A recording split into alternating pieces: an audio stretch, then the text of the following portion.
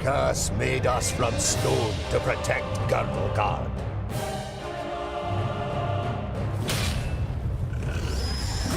Against orcs, ogres, and all the other beasts of Tion. We are the guardians of Girdlegard. We are the children of the Divine Smith. We are the Dwarves.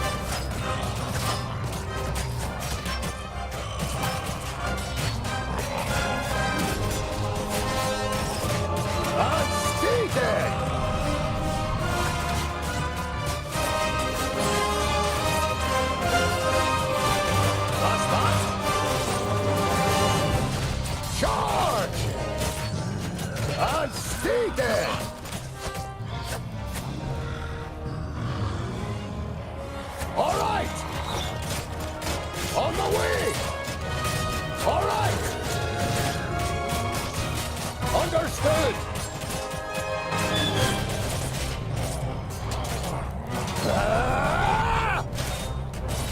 On the way! Ha! Understood! Charge! All right! Understood! On the way! Landling!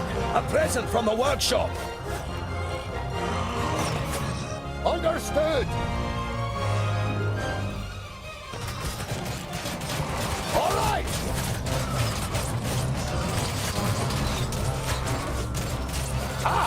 I'd be happy to pass on this present to the Greenskins. Understood!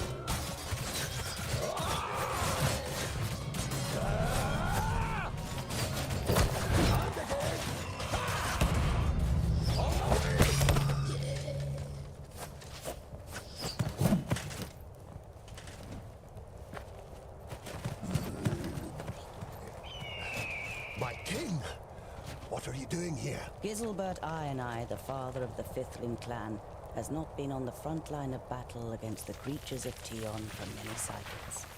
The king surveys the battlefield and the defenders with a grave expression. We are too few. This you know as well as he does. But there will be no reinforcements arriving. Hundreds of brave warriors lie inside the fortress dying. The illness is running rampant. It brings weakness and death. Stay at your posts.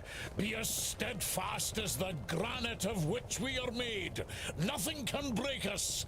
Vrakas is with us.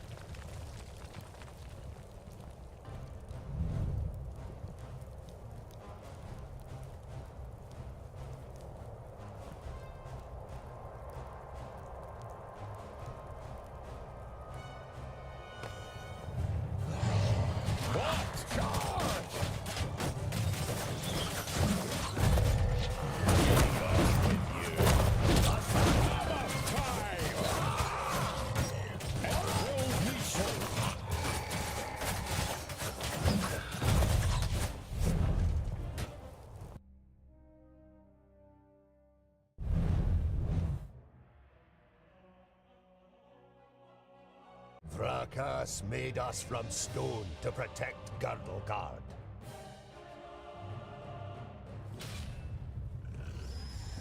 Against orcs.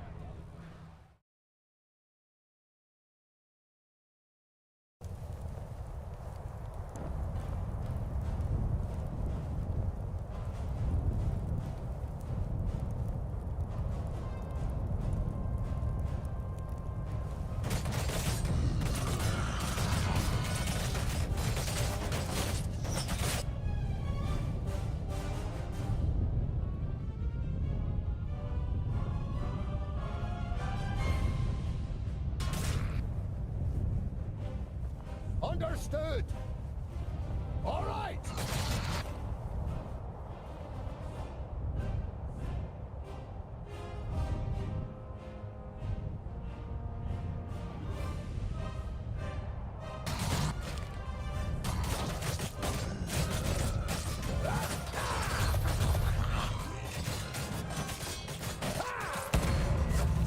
Understood!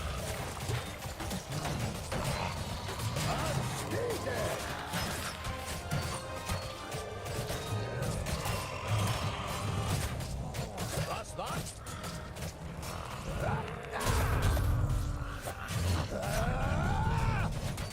Come here, you!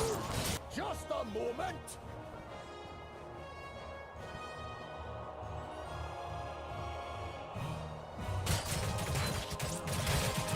Understood!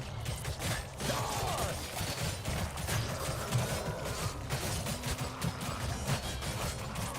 On the way!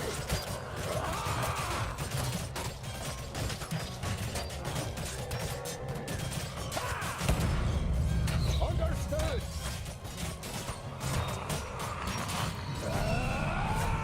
All right! Understood! Charge! On the way! All right!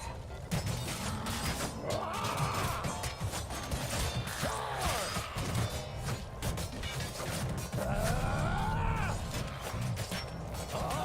Not possible right now! All right! Not possible right now! On the way! And again! Landling! A present from the workshop!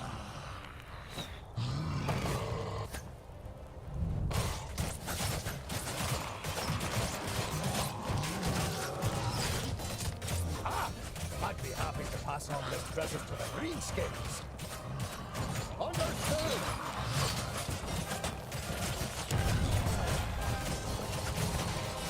That's that. Charge! And again! Come here, you! That's that.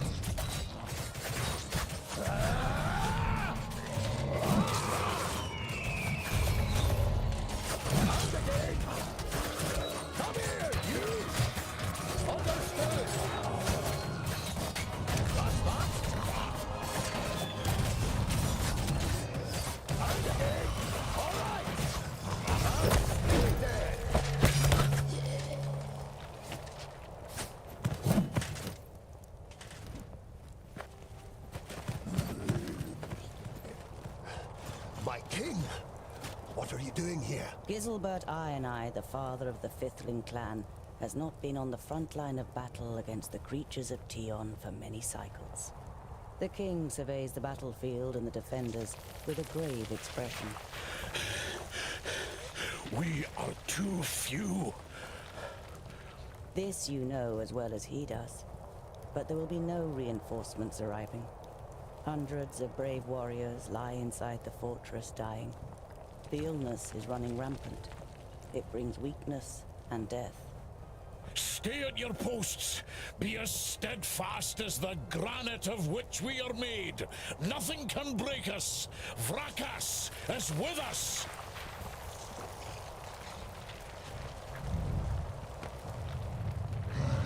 Yes? Come here and die. Another one gone. No, not yet.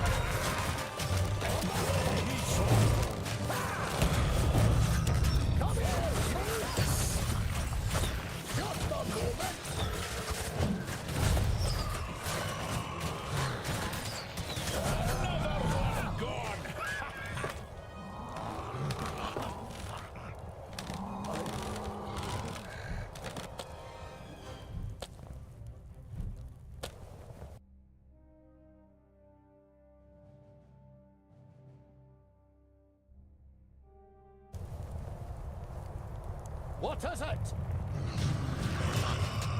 Yes? Be off with you. Charge! Hammer time! And stay there! What is it?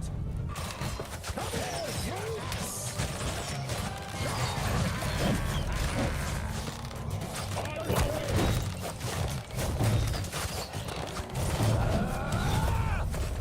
Come here!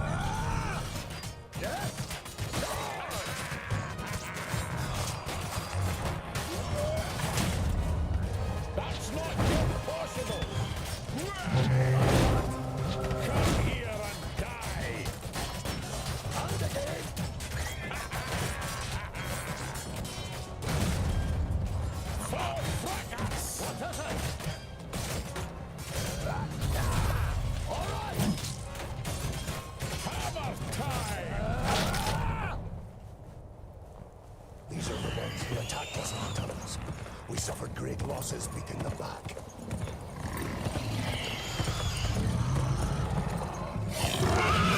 Here and I'll split you like a straw, you treacherous elf! In his fury, the old king radiates a ferocious power that none of Citalia's children could withstand. But the slight, willowy being sitting astride the shadow mare just grins down, mockingly. You are mistaken. We are Alpha. We are here to destroy the elves. All peace-loving beings here in Girdlegard are under our protection, and you cannot open the gate that has barred your path into Girdlegard since the creation of the world. Not us, but perhaps one of your kind. This cannot be. Silence, you fool! Vrakas, forgive me for what I am about to do. Quickly, in formation! You must hold them back until I close the gate!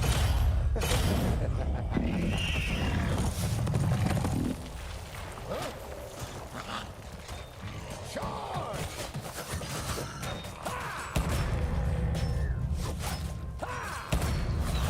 Come here, you! Charge!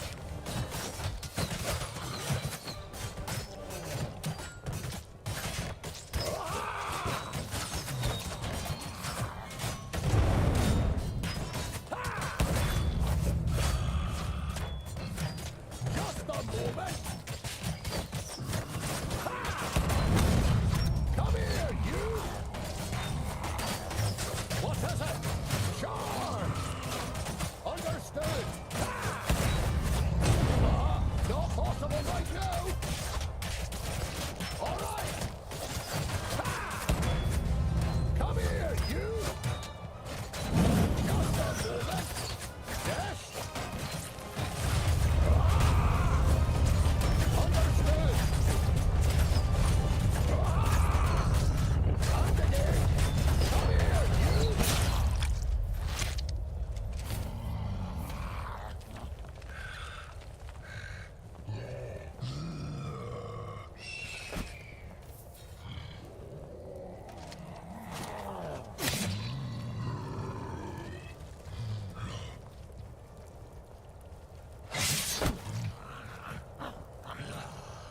Look at me. I am Syntheras, the Reaper of your death. I will take your life, and the land will take your soul. Get out of my sight, pointy ears, and let me delight at the closed gate a little longer. The gate may have closed, but when you rise again from the dead by the power of the land, you will be one of us, and you will open it. Never! My soul belongs to Vrakas. No, your soul now belongs to the land, and henceforth you will belong to it forever. Now die, and return. Then hand us Girdlegard.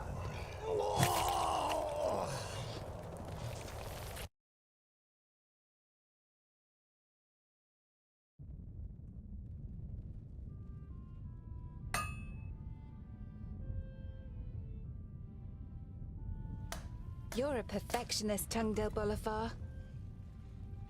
I've got a reputation to uphold.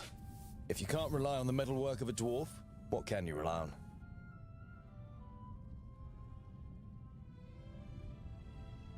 What can I do for you? For me, nothing. It's Lot Yonan. He wants to see you in his study. In your mind, you go through all the recent incidents that might have annoyed the Magus. Apart from a few little squabbles with his famuli, nothing worth mentioning happened since the incident with your beard. You nod. Okay. You look dreadful. What a charmer. The maid gives you an ironic, reprimanding scowl. Ikana has been crying half the night. When you were teething, I carried you around the vaults. You played with my beard and I sang you to sleep. Frala smiles. She's heard this story many times before. That was 23 cycles ago. I'm quite sure you didn't sing. You might have grumbled a bit.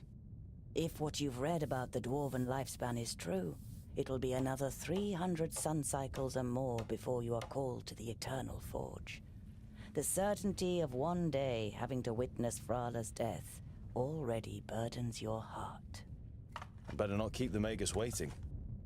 See you later. There's goulash for dinner.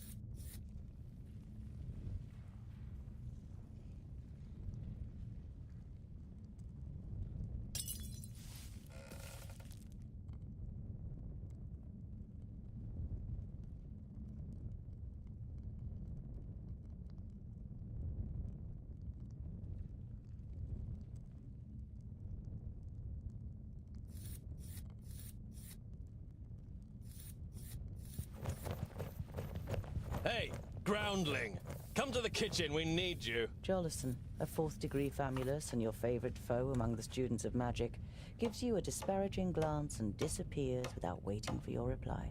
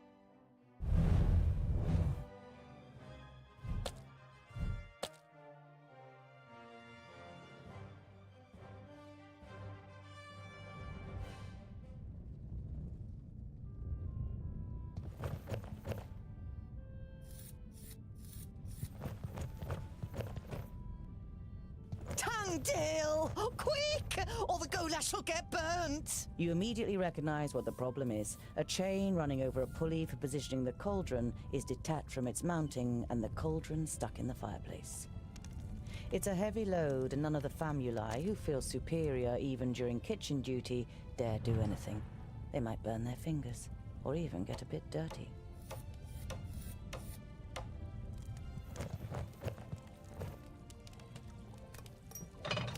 It'd be a waste of goulash. And I'm hungry. Here, hold this.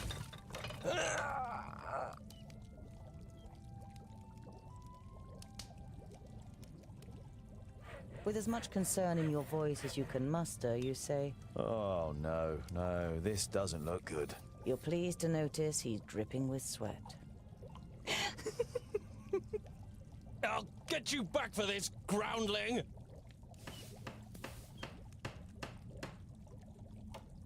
Do you remember when you dyed my beard with some magic spell? I had to shave it off. You stroke your beard, which is unusually short for a dwarf. Damn it! Ah, it's heavy! The young human forces through his pursed lips, letting the pot sink a little. Don't you dare ruin my goulash, boy! The cook with beefy forearms glares at the young man, and after a brief moment, he tries harder.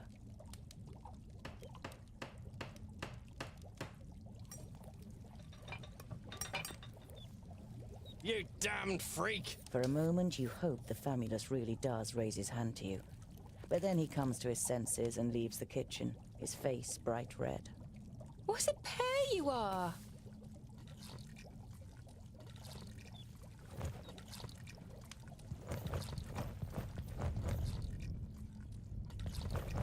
Vegetables, bread, cheese, but the cook is not to be trifled with. Many painful knuckles have taught you that she knows how to handle her heavy wooden spoon, and that she may possibly have eyes in the back of her head.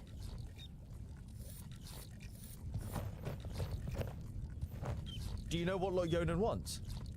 The maid gives you an amused look. She has often accused you of making things more complicated than necessary.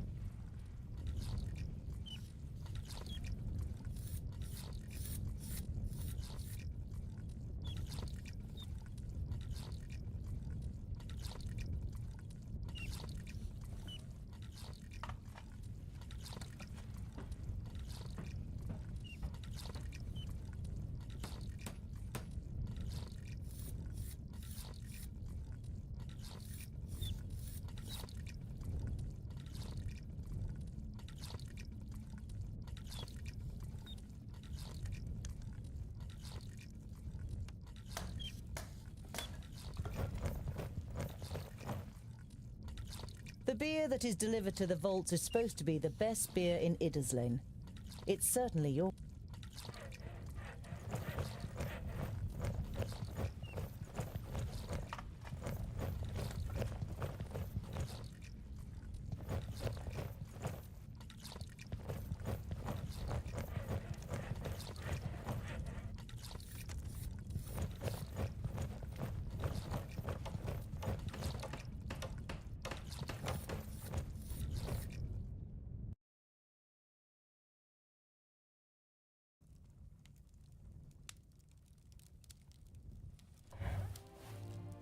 Master Lord Yonan, Frala told me you wish to speak with me. Ah, Tungdil, come in. There is a bag over there in the cupboard. Take it out, please. It contains artifacts belonging to my former famulus Goren. I wish to return them to him. He's in Black Saddle, 300 miles away. 300 miles? That's a long journey. Who are you going to entrust with this? I was thinking of you. Me? There is no one better to take on this journey. You have acquired much knowledge. You are almost a scholar. You know more than most famuli about Girdlegard and its inhabitants. It is time for you to go out into the world and see it with your own eyes. With pleasure.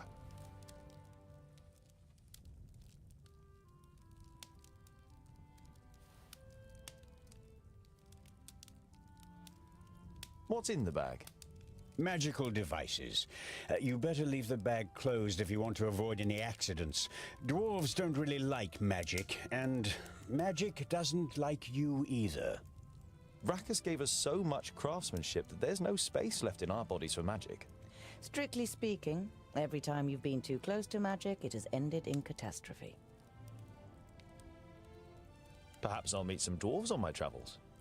Yes, perhaps. But don't hold out too much hope. And be careful who you talk to. Not everyone out there likes dwarves. Yeah, goblins. They abduct baby dwarves and sell them to magi, from what I've heard. Not the best bit of business I've ever done. But what was I to do? The Longnoses threatened to throw you into the nearest river.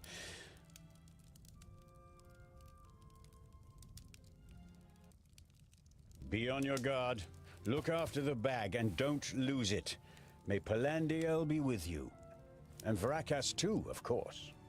I'll set off immediately. I'll see you soon, Lot Yonan.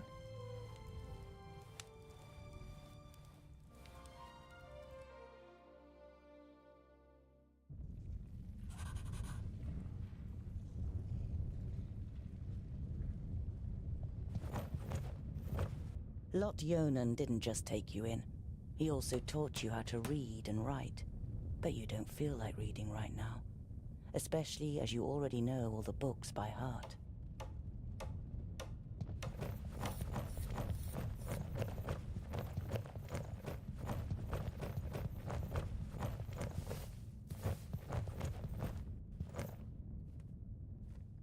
Hey, what are you doing, groundling?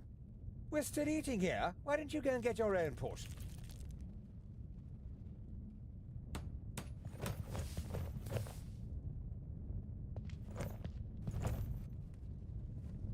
The blacksmith.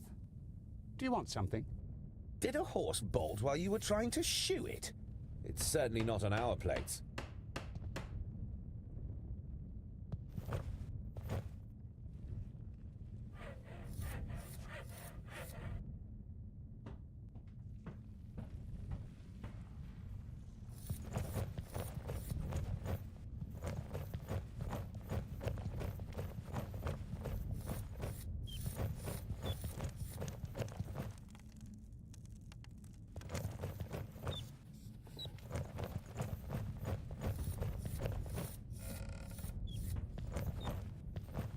Hello, Frala. Hmm?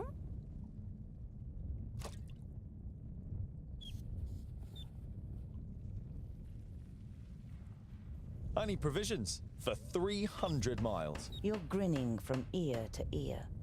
Finally, you've got the chance to see something of the world. 300? Tungdil, that's no errand. That's an epic journey. Wait, I've got just the right thing. But make sure the cook doesn't see. I'm going to Blacksaddle to return a few things to a former apprentice in the Magus. You pocket the rye bread, sausages, and ham. Enough food for the first few days of your journey.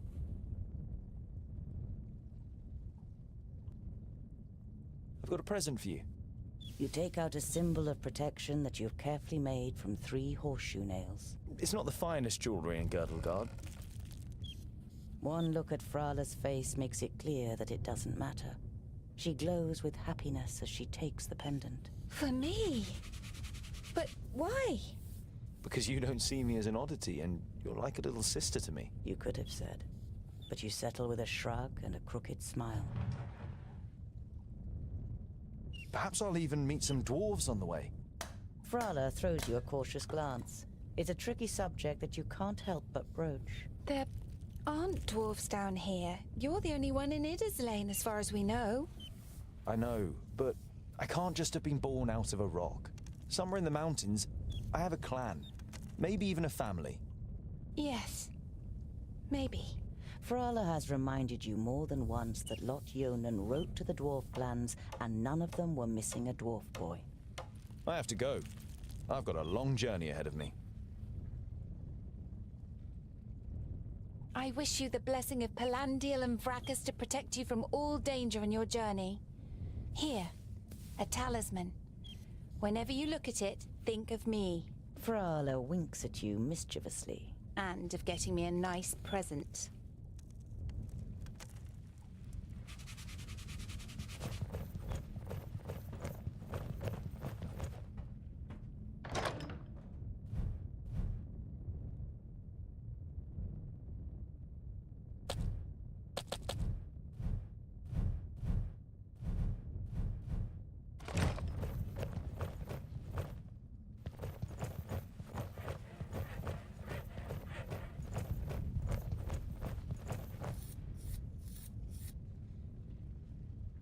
You picture all the fantastic adventures that await you on your journey and are raring to go. But then you think about the possible dangers and ask yourself how you're planning to tackle this journey without a weapon. You picture all the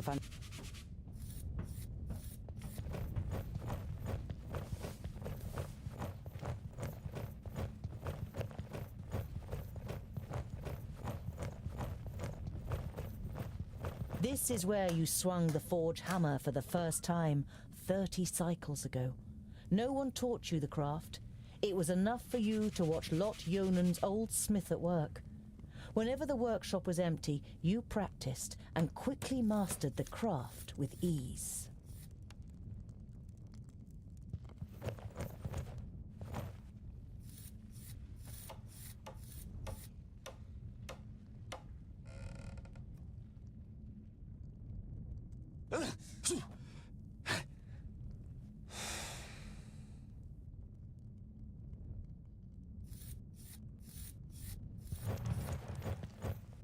There was a time when you could hardly lift the heavy hammer. Now you barely notice it anymore, and it feels like an extension of your arm. Smithing is in your blood.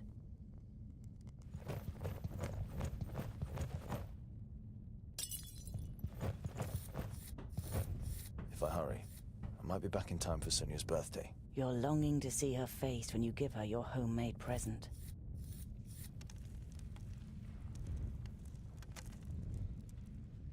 If I hurry.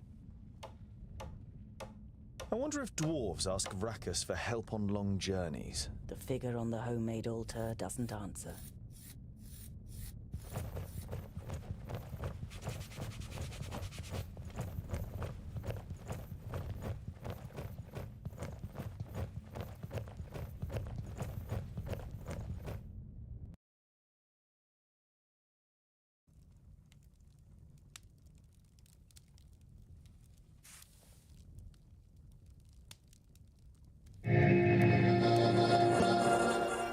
How nice to see you again, Lot Yonan.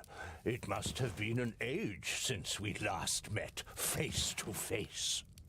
Nudin, welcome. Please, sit down. No, thank you, my friend. These are urgent matters, and I don't have much time. You must come to Leos Nudin immediately. The perished land is stirring. Are you sure? What makes you think that? I found out about 60 orbits ago, during a visit to the borders. Our magical barriers have weakened and become porous. The Elfar have left their land, and a huge horde of orcs have marched into Girdlegard. Were you able to strengthen the spell with your magic? No. I can't repair the damage alone. We need the combined power of the 6.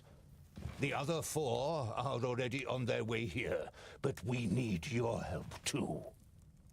I will set off for Parista without delay. Oh, and as you're coming, could you also take the opportunity to bring back the things that I lent to you? Of course. I have them already packed in a bag. Oh, thank you. We'll be expecting you.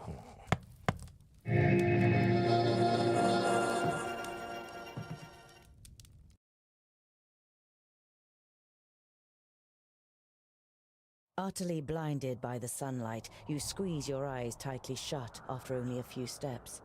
The time spent underground has made you so sensitive to light that you're forced to seek shelter in the shade of a mighty oak.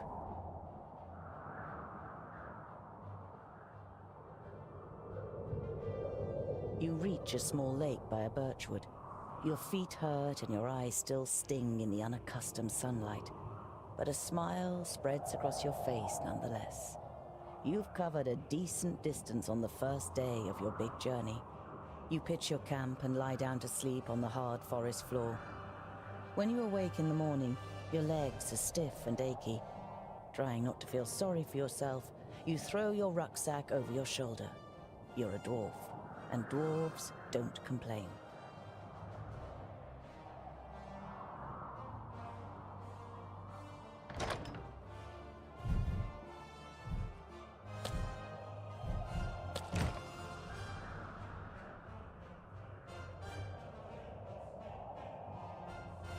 Around midday, with the sun high in the sky and the first beads of sweat appearing on your forehead, you see something move next to the road, a few hundred meters ahead. Some crows are pecking at something in the long grass.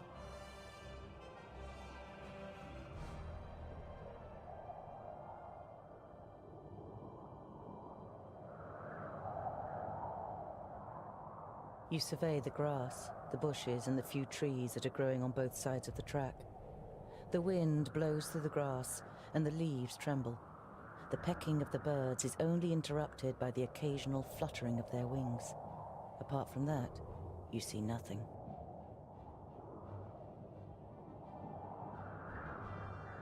The creaking leather armor, the clattering rucksack, and a dwarf's inability to be quiet makes the crows flap around as you move from one bush to another. You give up trying to be stealthy, stand up straight, and see two human bodies in the flattened grass.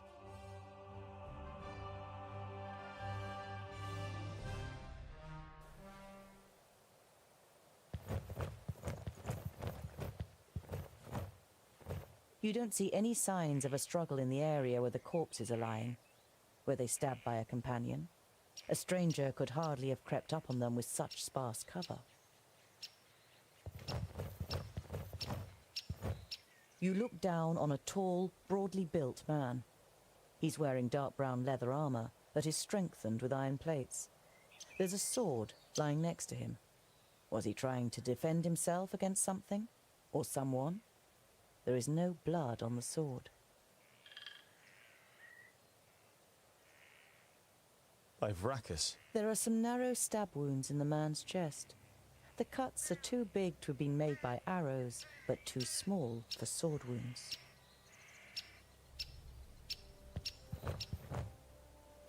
A rucksack that probably belonged to one of the dead. It seems to have been searched and then thrown away carelessly. You find a few implements, some provisions, and a map. A route is drawn on it from Parista, Nudin's capital, to Lot-Yonan's vaults.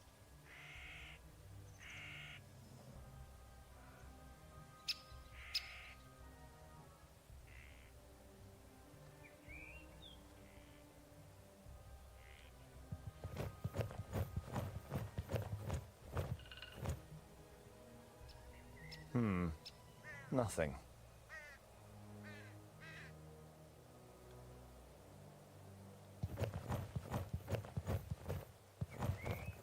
A slender man lies in front of you, dressed in an expensive robe.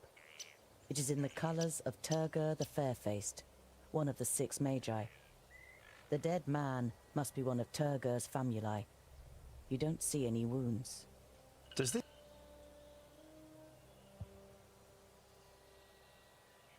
The man has the same incisions. It's clear that both men were killed by the same weapon.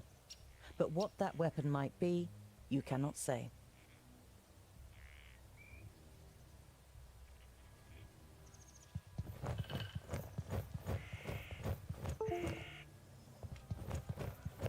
You scour the area once more and ask yourself...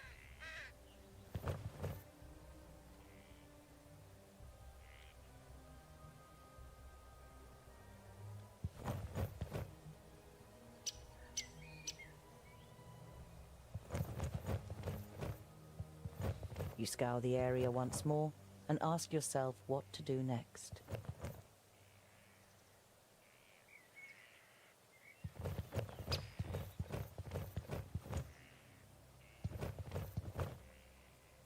Nothing again. You halt. There is something. Another rucksack? You open the rucksack and recognize that someone has already rummaged through it. As well as some implements and writing utensils, you find a pouch full of gold and a talisman. The gold is proof that this is not a case of robbery. Warmth and a feeling of security flush through your body as you touch the talisman. You feel safer just holding it in your hand. I'm taking you with me.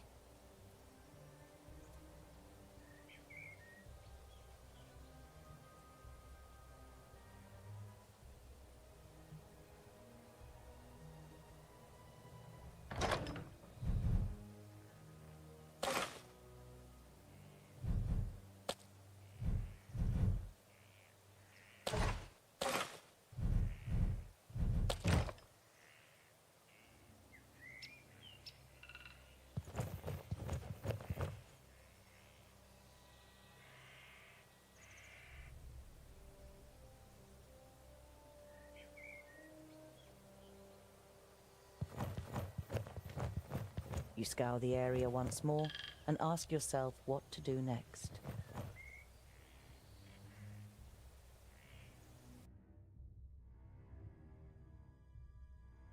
It's time-consuming and strenuous work digging shallow graves in the ground with a stick and covering the corpses with a few stones.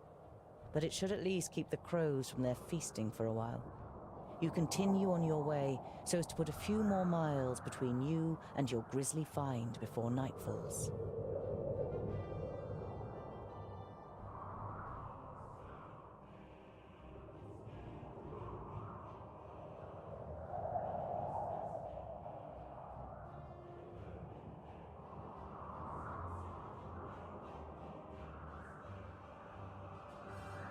You see a flickering light through the trees some way from the path. It might come from a campfire.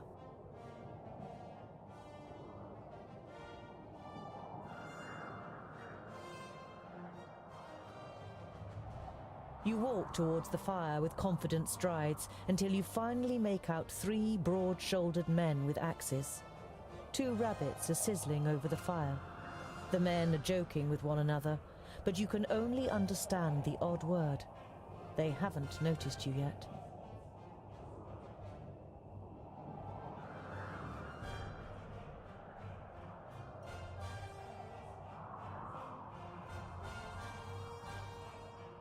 Once you reach the edge of the firelight, you say amicably, "Greetings. My name is..." The men jump up and grab their axes. Who's there? Well, I'll be.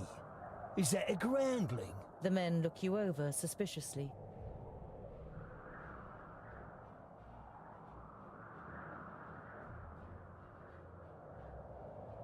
Ain't no reason to take up arms. Do you always greet guests with drawn blades? Guard your tongue, groundling, when you talk to humans. The man strengthens his grip on the axe and glares at you with evil yellow eyes.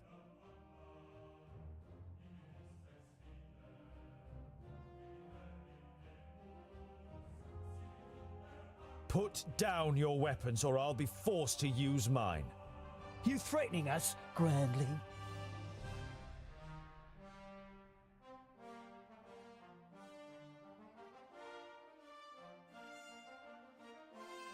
Now consider this.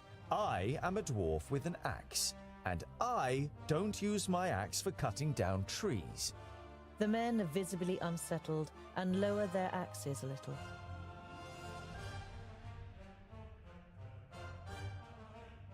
The next morning, visions of axes, faces full of hate, fists and heavy boots flicker through your befuddled mind. Your first attempt to move fails when pain shoots through every bone, every muscle, and every nerve in your body. It's a long time before you manage to sit up and tend to your wounds in the early sunlight. There's no trace of the woodcutters. They must have thrown you into the undergrowth near the campfire once they were finished with you.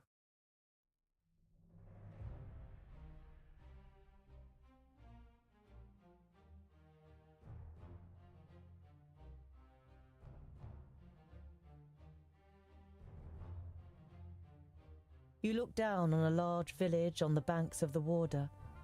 Some of the village is built on stilts in the river. A wooden bridge spans the fast-flowing water. A huge wooden palisade has been erected to protect the village from attack.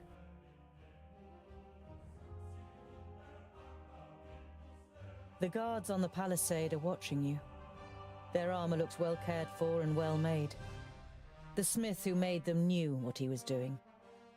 You conclude that the men depend on the protection the armor offers and aren't just wearing them to look good. They're certainly not villagers.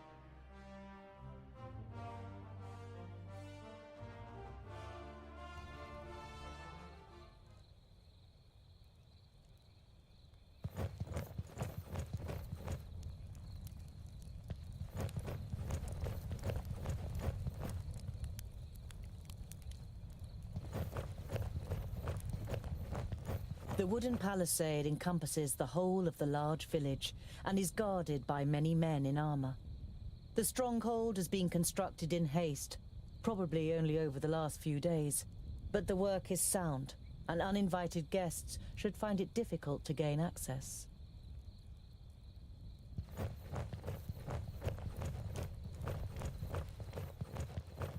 Orc skulls? You're not sure it's wise to taunt the beasts with the severed heads of their fellow kind. The double gate is made of strong planks, sturdy but still much less solid than the fixed parts of the palisade. Security has been forgone here for practical reasons. Never a good idea when building fortifications. Some of the guards begin to whisper as you near the gate. Hello up there! What brings you to fair good water?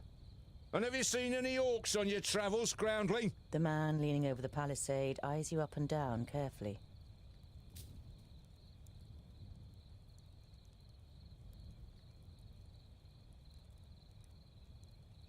Goodwater is well known for its hospitality. A fact that you've just made up yourself. Let me in, and I will tell other travelers all about it. I regret to inform you that we cannot allow you to enter. The gates stayed closed once night has fallen. There is certainly no regret showing in the man's face.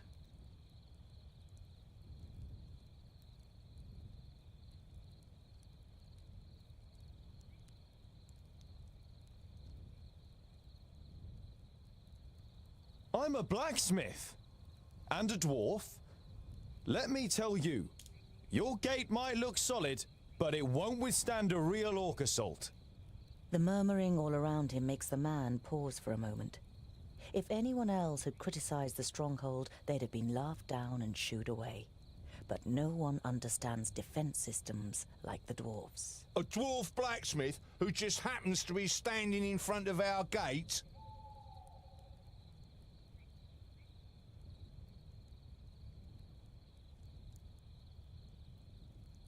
That's right. I can see to it that orcs crack open their skulls on your gate, just like at home on the High Pass. Skulls that add up to hard cash for you. You only know about the secondling stronghold from books, but you can see in the man's face you've pushed the right buttons. All right then. You can spend the night in the village. You begin work tomorrow morning, and it had better work like you promised. Of course. It's a trifle.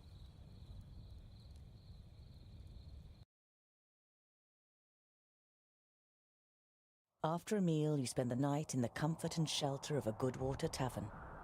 The next morning, you feel fully refreshed. You strengthen the gate with cross braces of wood and iron, using your experience and skill. Now it should be able to withstand an attack for much longer. Mercenaries and villagers alike watch you work, clearly impressed. As you finish, a man approaches you. Well done, dwarf. We were right to bring you into our village. The village grew rich through bridge tolls, and this wealth must be defended.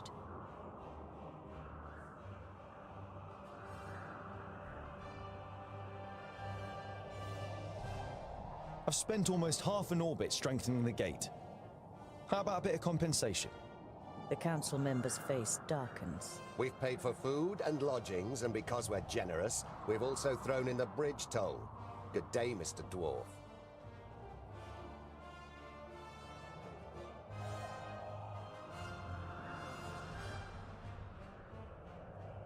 An uneasy feeling has been your constant companion since you left Goodwater. Every little sound in the forest makes you fear you've been discovered by a horde of orcs. But you reach the end of the day without bumping into any of the greenskins. It's as night begins to fall, you pass a large oak tree and decide to call it a day. Near the oak tree is an abandoned camp with a fireplace, which appears to be a couple of days old.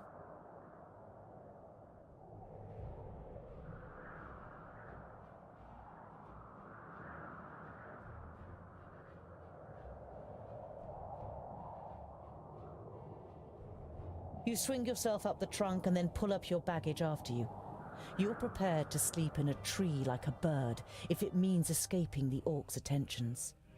You sling your rope twice around your stomach and the trunk of the tree to stop you from falling accidentally. You close your eyes and dream. You see North Pass and smell the fresh, icy wind that sweeps over the peaks of Great Blade and Dragon's Tongue. But the harmony is interrupted by the hideous roar of an unending flood of orcs throwing itself unceasingly against the fortification. You smell the disgusting green blood of the orcs and taste the rancid fat of their armor on your tongue. The bitter taste becomes stronger until it's unbearable and wrenches you out of your dream. You open your eyes and are surprised at the brightness as a glance at the sky confirms that it's still night. Your eyes move towards the ground, and what you see makes the blood in your veins freeze.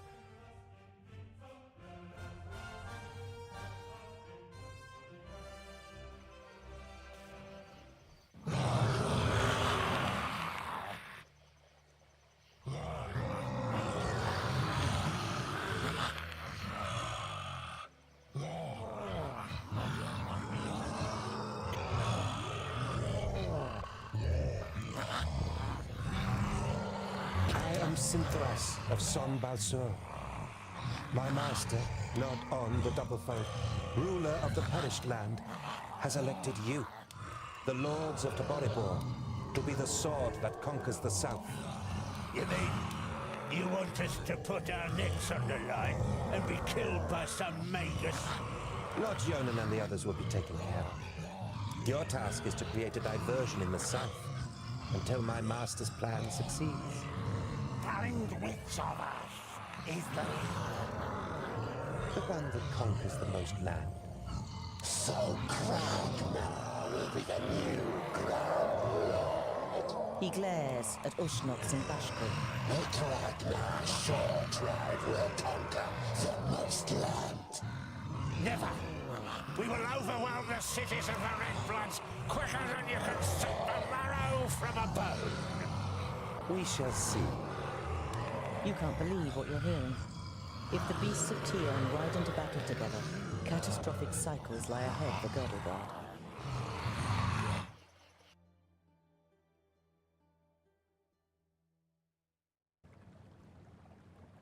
The night in the oak tree was the worst of your life. You spent every single moment afraid that you would be found and savaged by the orcs. But as the first rays of sun broke through the treetops, the orcs abandoned their camp and left without discovering you. Better safe than sorry. Your eyes scan the deserted camp, and you listen carefully for any noise. But you don't see or hear anything suspicious.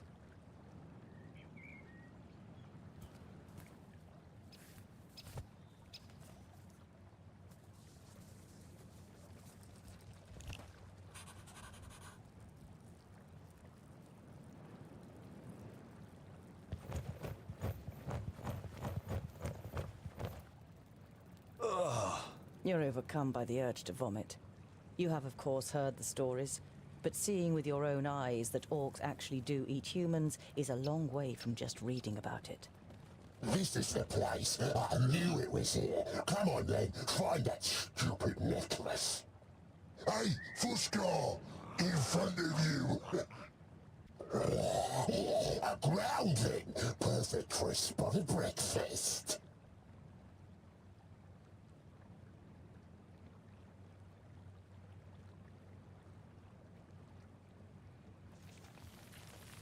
You know that you're no warrior, but you want to face the orcs as a child of the Divine Smith.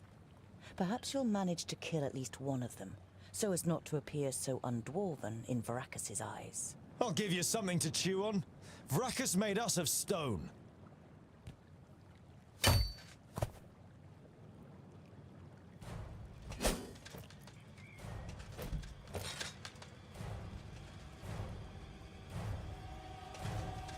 Oink, oink, little piggies!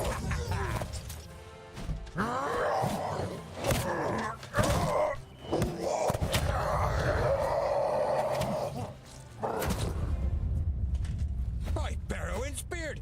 How did you manage to lose your weapon? Go and get it, and this time, hold it tight! Hey, that one was mine! You're just too slow, dear brother! Too slow? Just wait!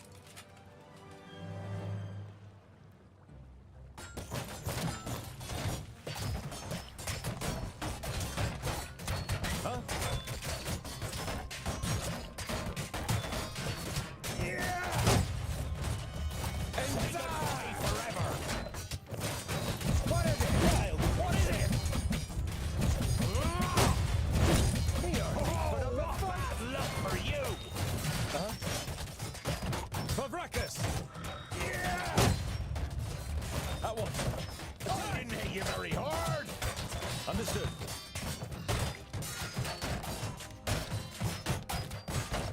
End it! I can't do that yet! And what now? Fire forever! I need help around here! Another one! Hitting me pretty hard! Going down! Too easy, man! As good as done! With pleasure! I just need... Pow! Another one bites the dust! On my way. Attack! Huh? Oh, what bad luck for you! With pleasure! On my way! As good as done! With pleasure! Yes? Yes? Oh, what will bad take my luck for place. you!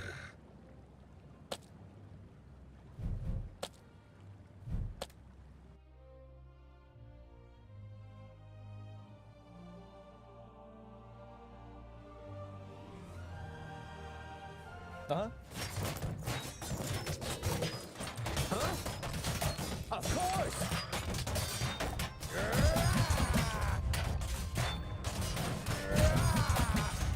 What is it? With pleasure. As good as done. All right. As good as done. Oh, what bad luck for you! Say goodbye forever. All right. With pleasure. Say goodbye forever. With pleasure. I didn't hit you very hard. As good as done. Who's next? On my way. Yes? At once. Pavrakas! Another one bites the End dust. Attack! And what now? Yes? As good as done. He hardly put up a fight. Say goodbye forever. Again. With pleasure. On my way. Killed! Too easy. He hardly put up a fight. Huh? All right. On my way.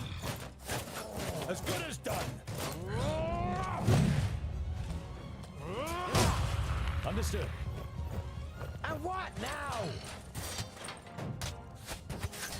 Huzzah! Yes? Don't rush me. Uh-huh.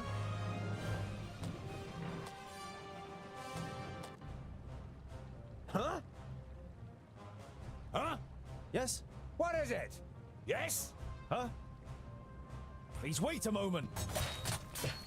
Pavrakas! End it!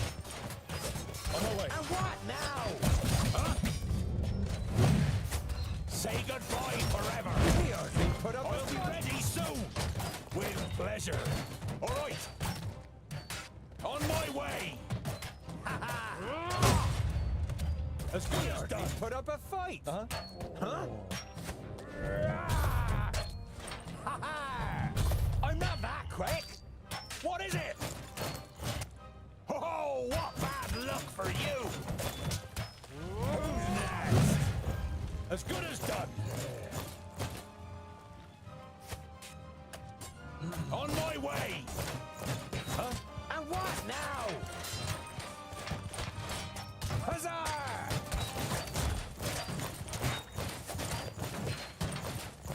Too easy. Yes? He hardly put up a fight. Attack! What is it? Yes? Oh, what bad luck for you! All right.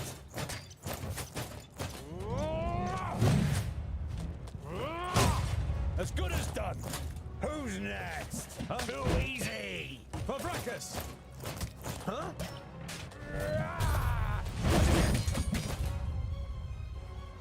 Yes, yes! Of course! I'm with you! I didn't hit you very hard.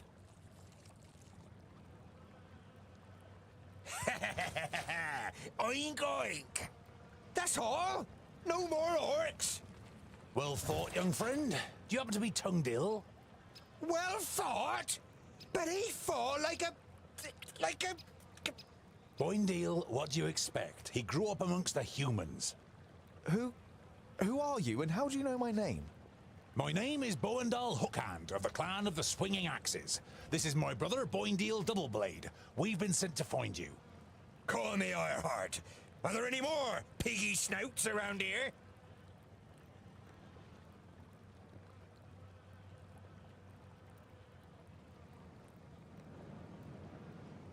You turned up at just the right moment. But are you sure it's me you're looking for? The High King Gundrabur sent us to fetch you and bring you to Ogre's Death in the Secondling realm in the south. So he received the letter from my master? And am I a secondling? Well, something like that, I guess.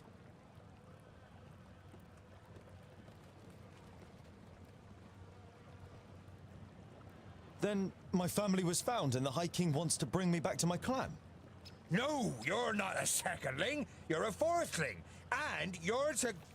The High King will tell you all about that once we get to Ogre's Death. We should get going. There was a meeting last night. The Elfar serve a certain Nod On who calls himself Lord of the Perish Land. They have enlisted 3 orc hordes to cause unrest in the south. Did you hear that, Boindal? Peggy snouts! The Elfar from San Balzur and the Orcs from Taboribor are working together? And could ally with the orcs from the Perish Land. The twins look at you solemnly. You all know what that would mean for the people of Girdlegard. We've got to... Yeah, I know what you're gonna say. But it's our duty to get you to the Ogre's Death Fortress in one piece. I thought the duty of dwarves was to protect the innocent in Girdlegard. Lot Yonan and King Brawron will take care of the orcs. We 3 must be careful. You're not exactly a warrior. But he has broad shoulders and broad hands. There's hope for him yet. So when you've got the chance to split a few orc skulls, you should take it. I would be happy to follow you into the realm of the Secondlings. In truth, there is nothing I would rather do. But first, I must travel to Blacksaddle and return some things to a former famulus of Lot Yonan. Blacksaddle isn't exactly on our way. It's on my way. We can head south as soon as I've carried out Lot Yonan's orders. Well, he's certainly got the stubbornness of a dwarf. Perhaps we'll be able to make a real dwarf of him on the way. All right, we'll accompany you. The sooner we find that famulus, the quicker we can get back to the mountains. I'll have to send Lot Yonan a message by carrier pigeon on the way. And if we happen to stumble upon a couple of orcs... I like you, but we'll have to find you another name. Bolafar. It's about as good as Lipsmith, Paddletosh, or Blufflegrum. It is stupid, senseless, and definitely not a name of honor. What are you good at? I'm good at reading. Reading? You're a scholar?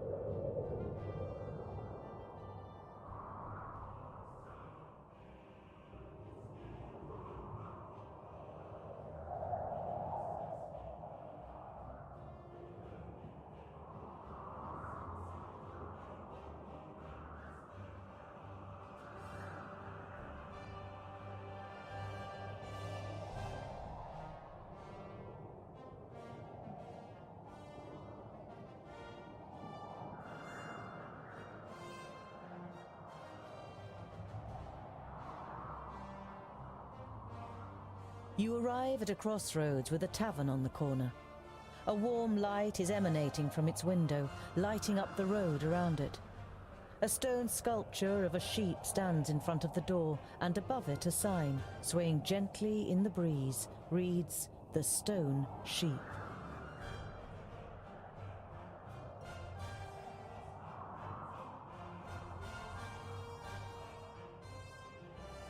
You enter the tavern with a determined stride, and are greeted by a thick wall of pipe smoke.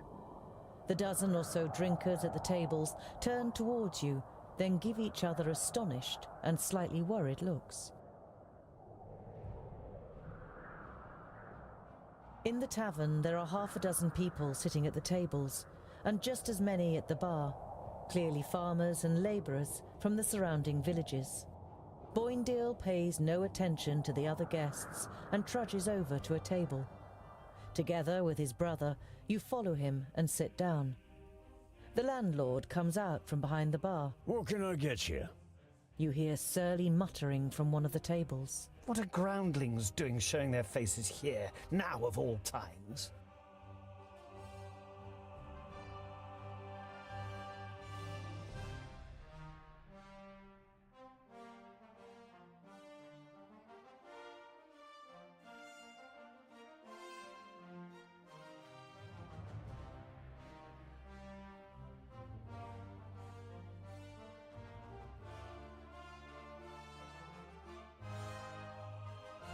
Did two travellers pass this way? One was a famulus, the other a mercenary.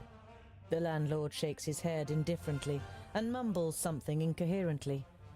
One of the guests is about to say something, but shuts up when the person next to him gives him a poke. You stand up and turn to the room. This round's on me. The faces of the guests and the landlord brighten up immediately. The landlord gets to work pulling everyone a beer and handing out the tankards. Some of the guests say cheers to you as they get their drinks.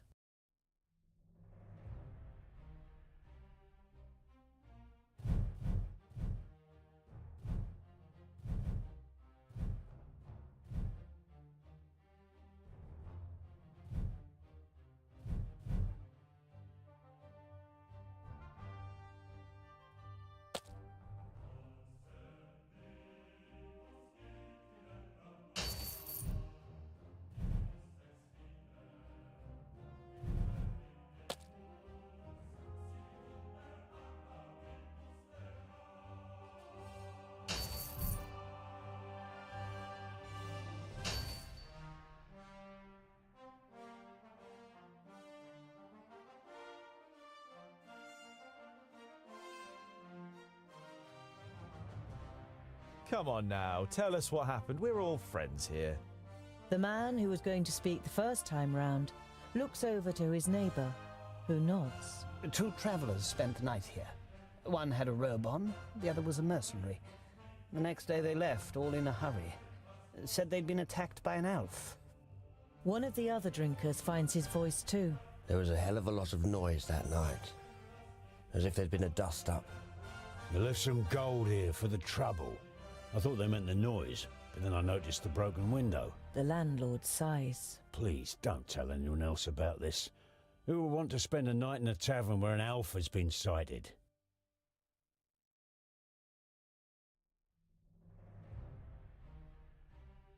We're tired and long for a proper bed. Of course, gentlemen. You spend a restful night in the tavern and then head off on your way again.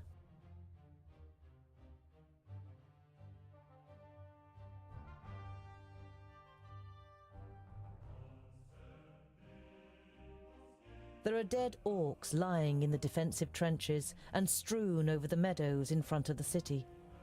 Some of the locals are busy throwing the bodies on pyres, while others repair the minor damage done to the city wall.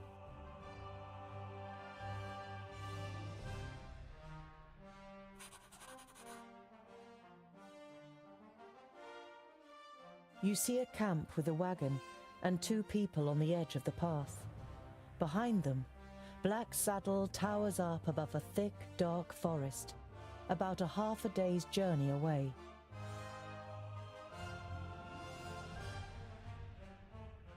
2 horses are standing near the covered wagon, grazing. You can make out the shapes of boxes and barrels on the wagon.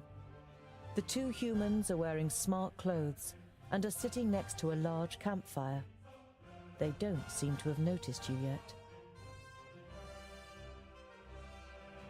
You don't want to give them a shock, so you address them while you're still a distance away. Hello, friends. Is there any space by your fire? The 2 traders look up and visibly jump when they see you 3 dwarves. Ah, hello. Yes, of course. It doesn't escape your attention that you seem to be causing the traders some uneasiness, but you take up their offer and sit down. The twins follow your example. We're only travellers. We're looking for someone who's said to live on Blacksaddle.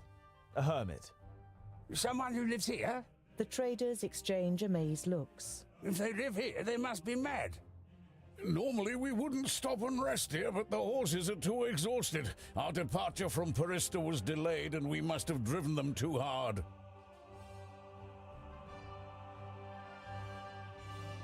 Why does Blacksaddle make you feel uneasy? It doesn't look particularly inviting, but it's only a mountain. Only a mountain? You don't know the legend? The trader looks at you and the twins for affirmation, but you all shake your heads. Blacksaddle was once known as Cloudpiercer, and it towered up into the heavens, the upper slopes of pure gold and the summit covered in snow. The humans wanted to attain this wealth, but the smooth slopes and the dazzling summit made the climb impossible. They called on the dwarves to help them. They were able to tunnel up through Cloudpiercer to the top. They hollowed it out and carried away the gold. The humans demanded that the treasure be shared, but the dwarves refused, and as they argued, the mountain began to tremble. There were too many holes inside for it to hold together. It collapsed and buried both greedy parties underneath it. The mountain lost its tremendous size and its beauty, and ever since has haunted both humans and dwarves with its erosive hatred, causing even the rocks to turn black over time.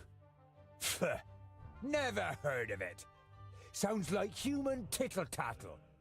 Dwarves would never hollow out a mountain so much that it collapses. You come from Parista. How are things there? No news to speak of, I'd say. Well, except for Nudin the Knowledge Lusty. You know Nudin the Knowledge Lusty. Lot Yonan introduced him to you many years ago during a visit. What about him? Oh, nothing really. Just rumors. You nod at the trader to continue. He's behaving strangely and disappears into his tower for days on end. Merely looks ill, apparently. Well, that's what someone I know said. Perhaps he got a spell wrong.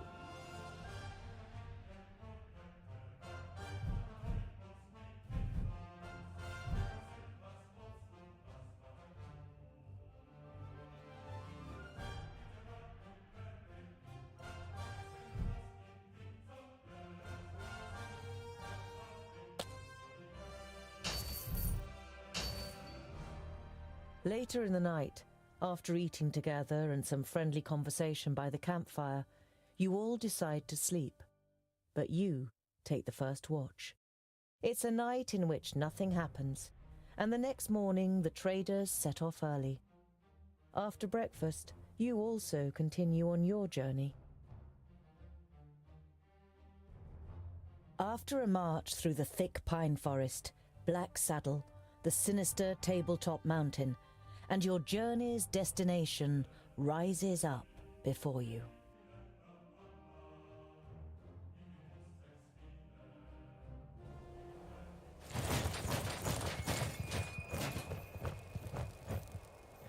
Are you sure that the Famulus lives here? Yes, according to Lot Yonan. Although you try to put a lot of assurance into your voice, you too see no signs that anyone lives here. No castle, no tunnel, no camp. There's nothing here but mountain. Then we'll have to take a closer look. You do that, scholar. We'll be waiting for you here. You think about objecting, but it would just be a waste of breath.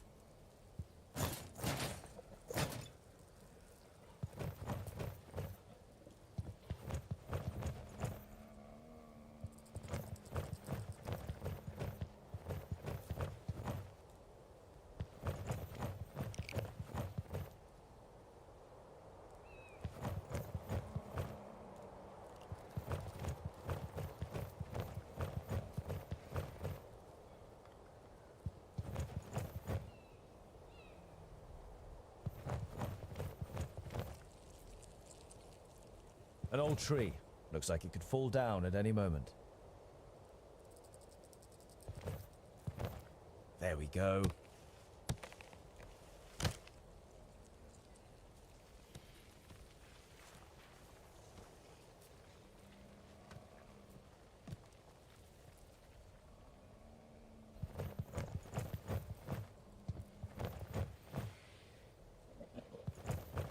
Too steep. I can't get a grip anywhere. I should be able to get up here.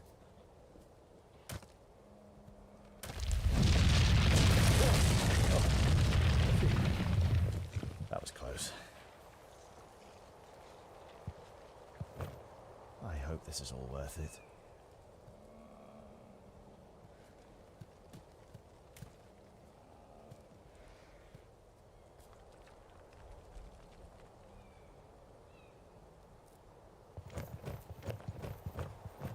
Hey Dunstan, welcome.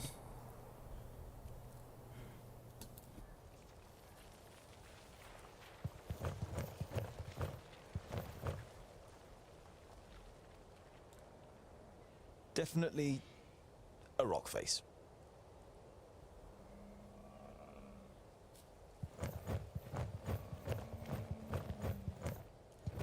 There's something engraved on it.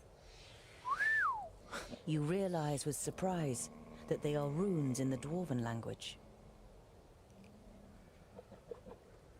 Built with the blood of our enemies, be unyielding as the rock, and soak the land in their blood. Huh?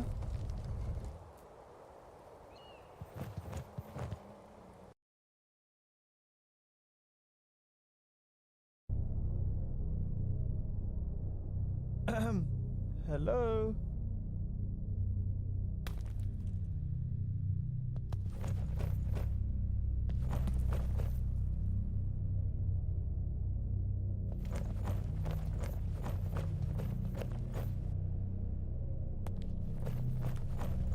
Master Garen? Lot Yonan sent me to bring some items back to you.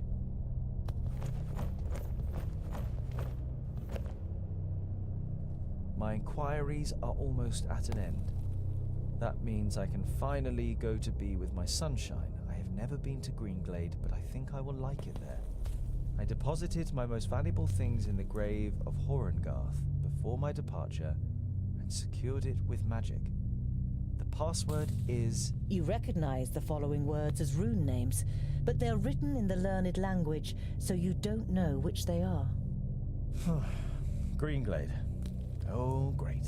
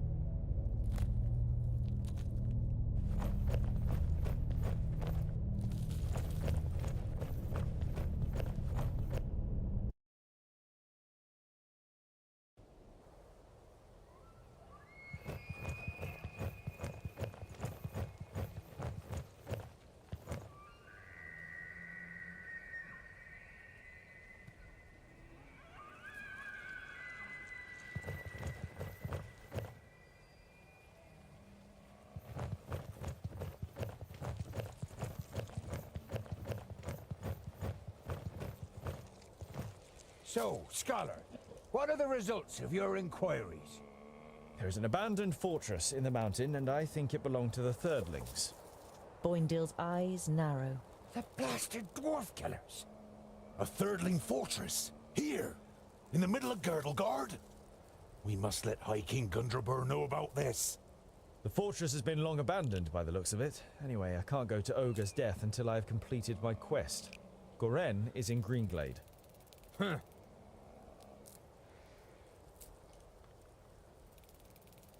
A Thirdling fortress?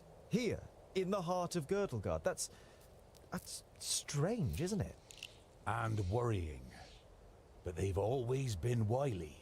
They move in the shadows and kill there too if they can. Do you know their story? I've read about it. Lorenberg, their progenitor, rejected the name that Vrakas gave him, who in turn did not give him any special talent, so his kingdom studied war. It helps them defending the East, but it also meant they ended up confronting the other kingdoms. No dwarf would ever even think of injuring one of his kind, never mind killing them. But the dwarf killers are proud of it. When they were even more powerful, they wanted to become the rulers of all dwarves. They are envious of our skills. They haven't been heard of for a long time, but you can be sure there isn't a single dwarf alive who doesn't hate them. The High King? Why do you want to bring me to him? All right then. It's about the choice of the new High King. Gandagar, the king of the Fourthlings, is with his entourage in Ogre's death and is supposed to ascend the throne. But our acting High King Gundrabur wants to prevent that from happening. He fears that Gandagar wishes to instigate a war against the elves. But what have I got to do with that? Boindil is about to say something, but is silenced by a nudge in the side from his brother. High King Gundrabur will explain everything when the time comes. You look distrustfully from one twin to the other. Boindil has donned an innocent expression, and Boendal doesn't give you the impression that he has anything else to say on the matter. What does this King Gandagar have against the elves? Dwarves and elves just don't get along. Braccus and Satalia made us that way. I know that, but going to war for just that, after all this time? Well, there must be more behind it. They say that the king of the Fourthlings is full of hatred and is a hothead in this matter. Whatever, your High King must wait. I have a quest to carry out in Greenglade. But our quest is... Boindil raises a placatory hand and throws his rucksack onto his back in preparation. Let it be, dear brother. Look at him. He has made his decision, and you will not be able to change his stubborn dwarven mind. You can't help but smile.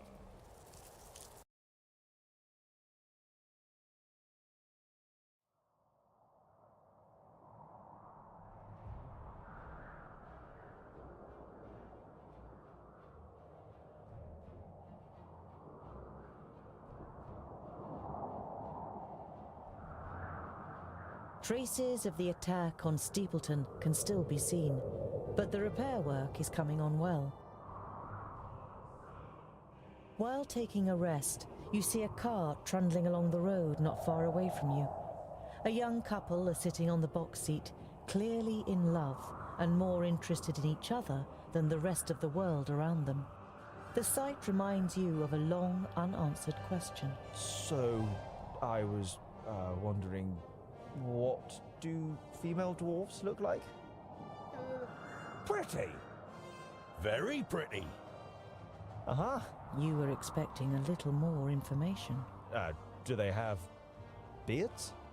No, I would say it's more like fluff. Oh, very attractive.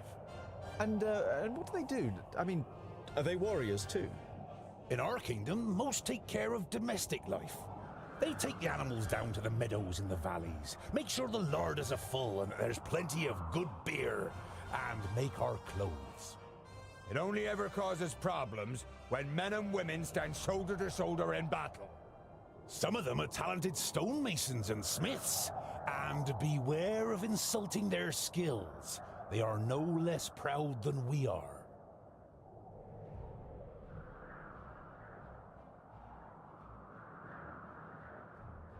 By the evening campfire, Boindil rummages around in his rucksack and pulls out a cheese wrapped in a cloth. He sticks a fist-sized piece on a spit and grills it on the fire. Ah, there's nothing better than grilled cheese at the end of a long day. The smell it gives off makes you hold your breath. Oh, it smells like my socks after weeks of marching in my boots. Oh, picky, are you? Hardly surprising, considering you were brought up by humans. It's ruined your taste. Boindil holds the stinky cheese at the end of the stick under your nose. Eat, and stop complaining. You pull the warm piece of cheese from the stick. It tastes dreadful. Your fingers will smell of it for the next few days, and probably your mouth will too.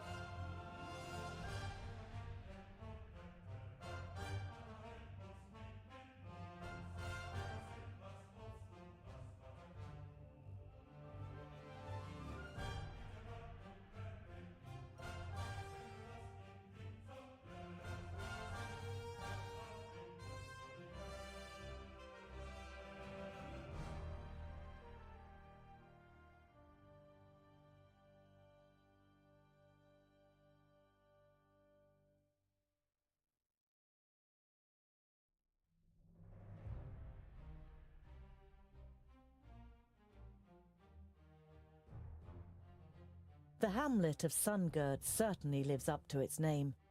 You arrive as the sun sets behind the tower of a Palandial temple, lighting up its stained glass.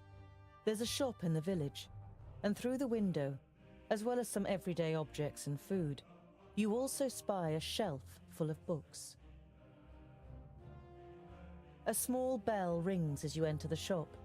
The twins look around, but seem rather disinterested, until they discover a couple of gemstones on display.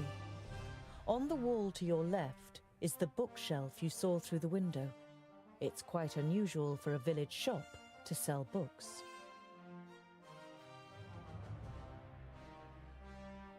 You stroll towards the bookshelf and read some of the titles written on the spines of the books. You know many of the works from Lot Yonan's library. Oh, by Vracus, look, dear brother! The scholar really is looking at books. It's an interesting selection, Boindil. I could make some recommendations for you. Boindil throws his arm around your shoulder and pulls you slowly away from the bookshelf. What if someone sees you? Here, this is more our kind of thing. You follow him reluctantly and are shown the selection of gemstones.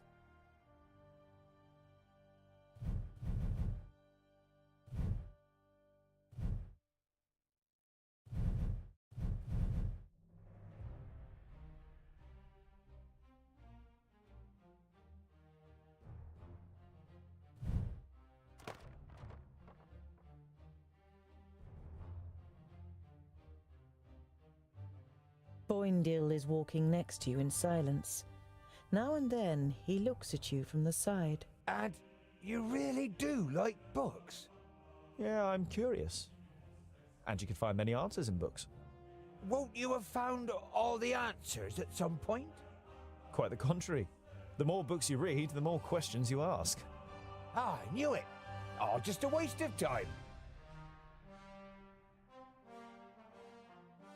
You approach the village and can tell even from far off that something isn't right.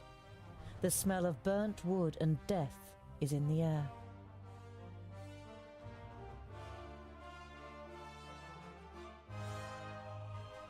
By Vracus. The piggies have really shown those pointy ears. We couldn't have done it any better. Stay alert. I want to find out what happened to Garen.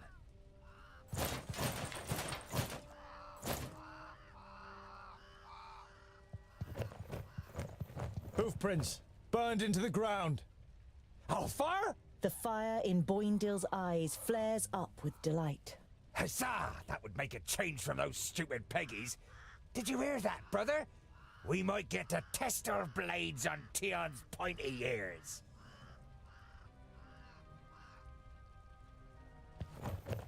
You have read about the elves and their buildings. This here had always just been a small example of their architectural skill, which achieved perfection in Alandur. Now burning and ruined, the pavilion makes an even sadder impression.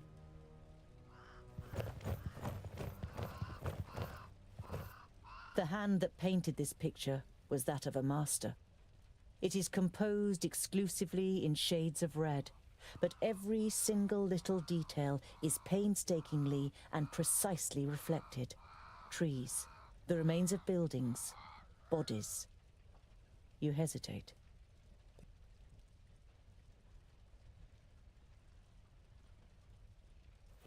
This is the most disgusting thing I have ever seen.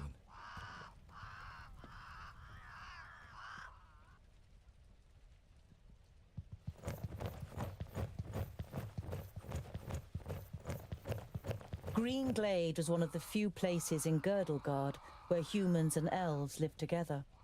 You don't see any elven features among all the faces contorted with pain and fear. You look away.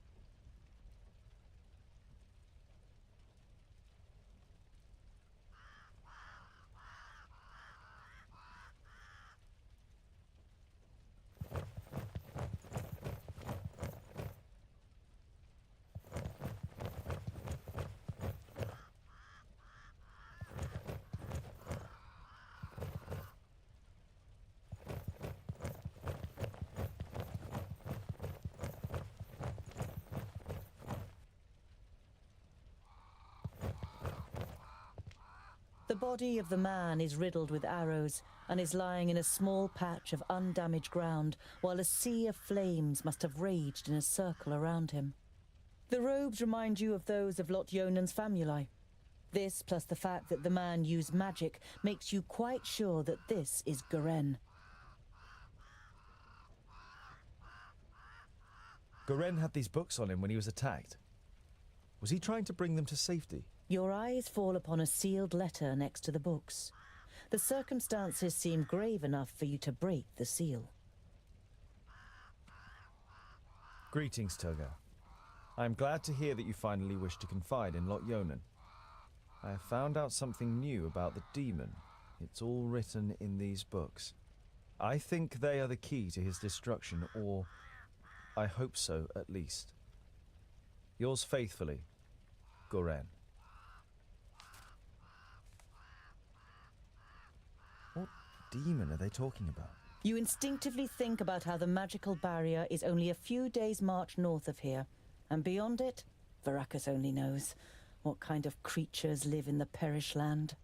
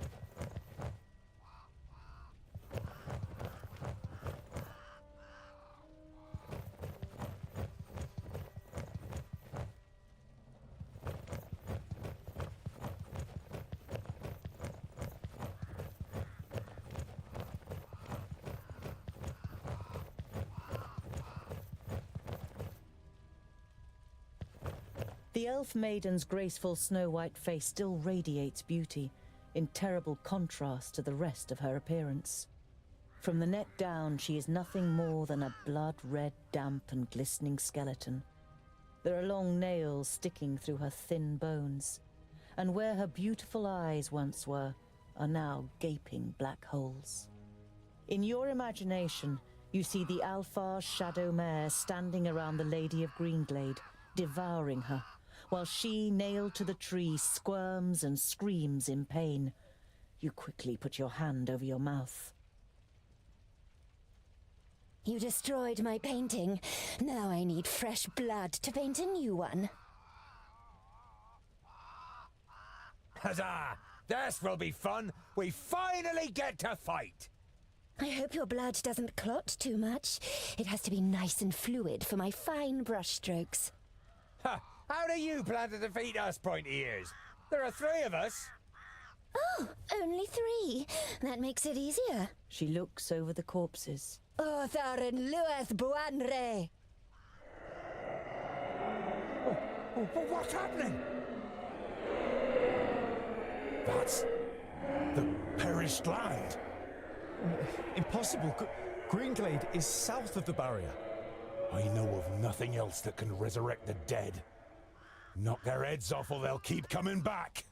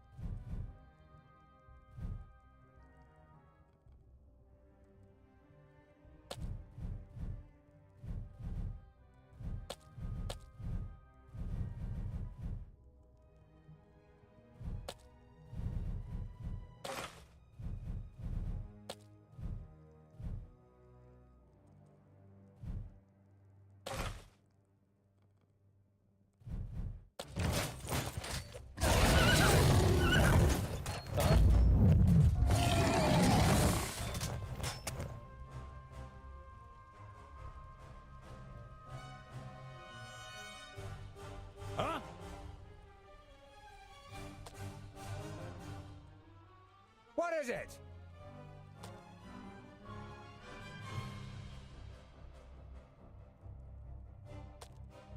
Huzzah!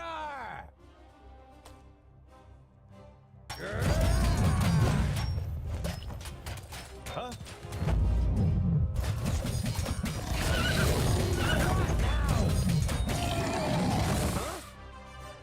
Huh?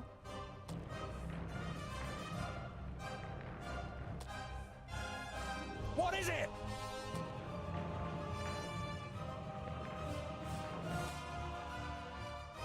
And what now?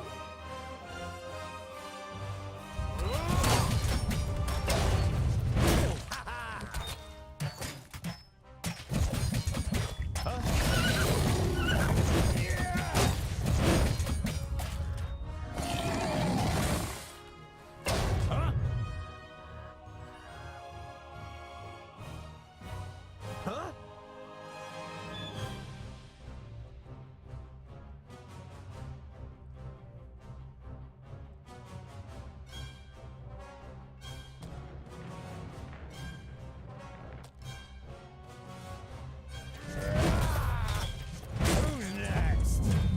Yes? Easy. Don't rush me. I need help over here. How many more of them are there? Yes? Huh?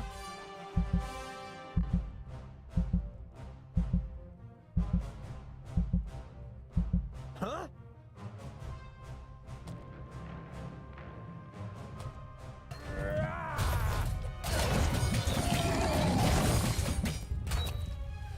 Huh? I can't do that yet.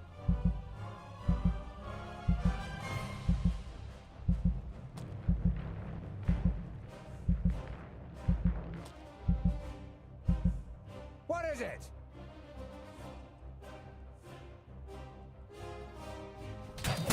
I didn't hit you very hard. Creature. It can't end like this.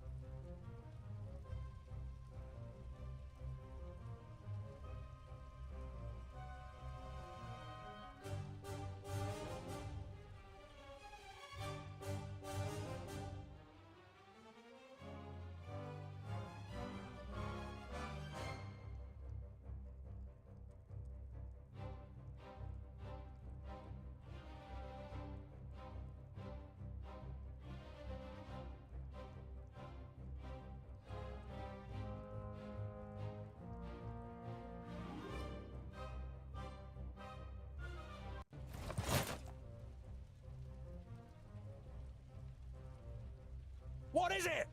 And what now? Yes? Uh-huh.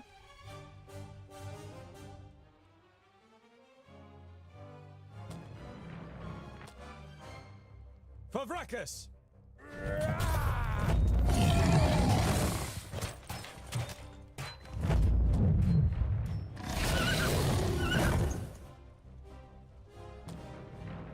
End it! Too easy! Luck for you! I'll be ready soon! Don't push me!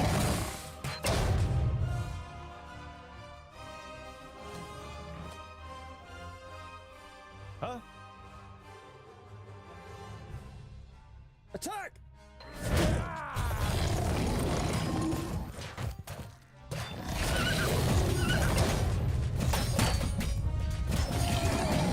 Yes! Who's next? Another one bites the dust! And what now? Uh-huh. What is it? Huh? Come again. Come here, you!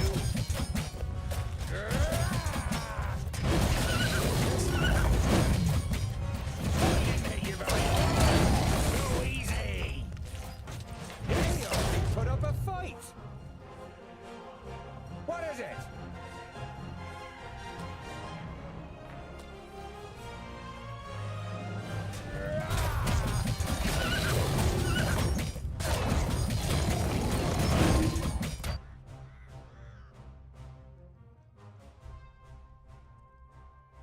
End it! Huh? And what now? Oh. What is it? Who's next? As good as done! Oh, what bad luck for you! I didn't hit you very hard!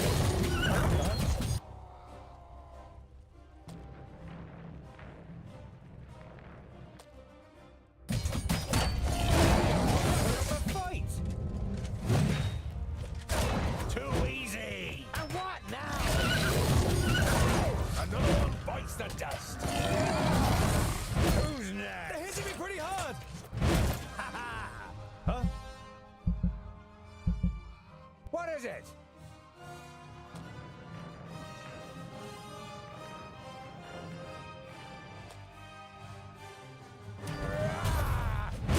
Yes, yes!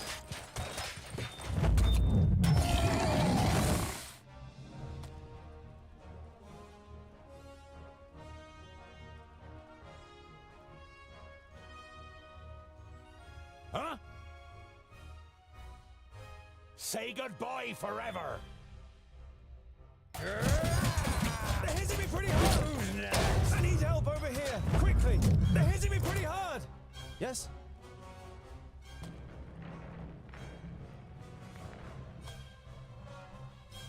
And what now?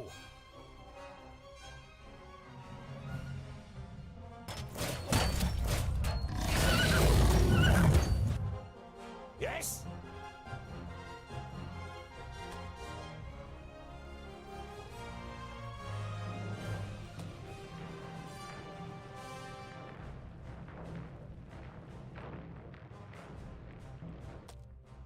I hardly put up a fight. What is it?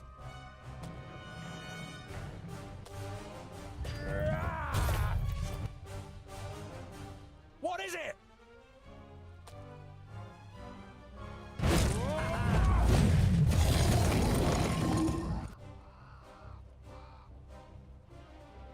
Huh?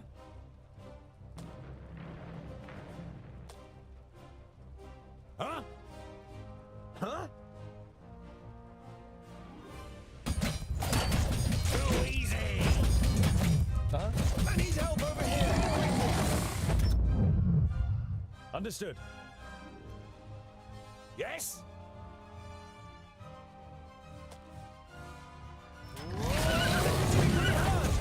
Oh, what bad is over here? Quickly! Say goodbye forever. What is it? Huh? I'll be ready soon. They're hitting me pretty hard. Huh? I didn't hit you very hard.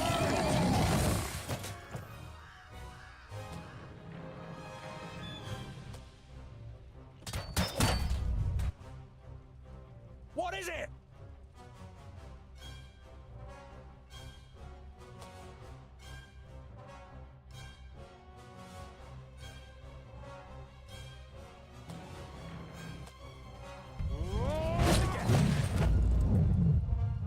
Uh-huh. And what now?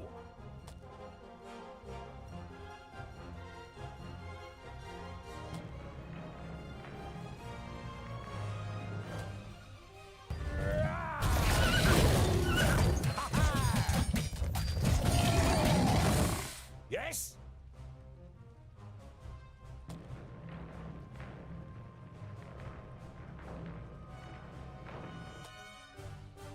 Yes?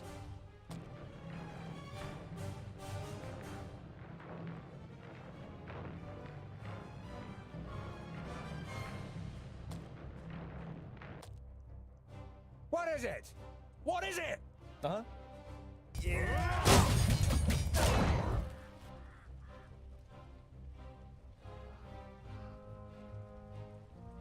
Yes? And what now? Yes? What is it? What is it? Yes? Oh, what bad luck for you!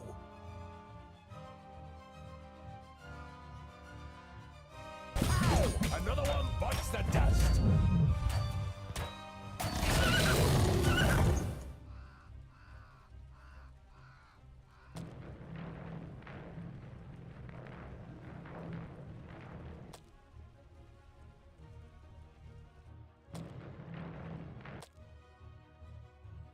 Huh? Huh? Yes? With pleasure.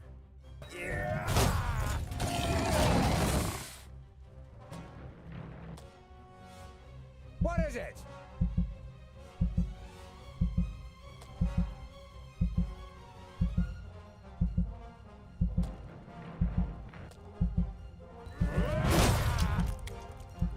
Uh-huh. Please wait a moment. I can't do that yet. What is it? Huh? Huh?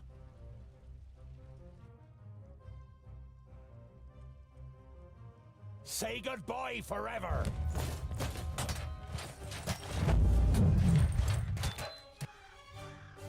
Huh?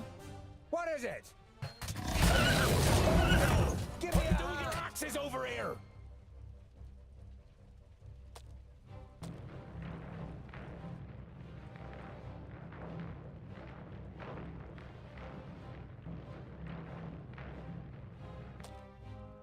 Yes?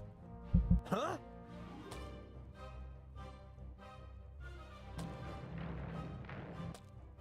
What is it? Yes?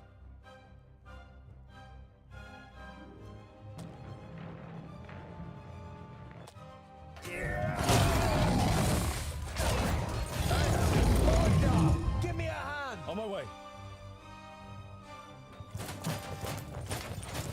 At once. And what now? Huh?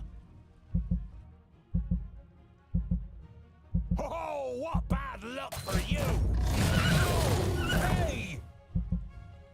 What is it? What is it? Uh-huh.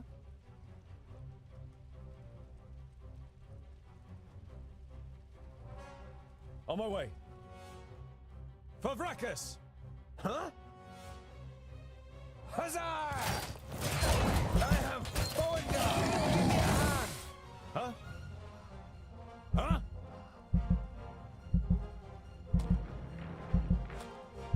Ow! Hey!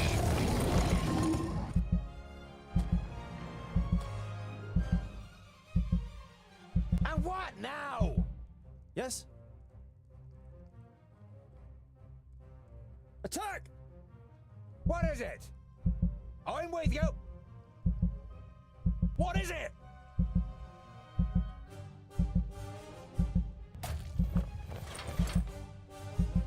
Say goodbye forever! Huh? And what now?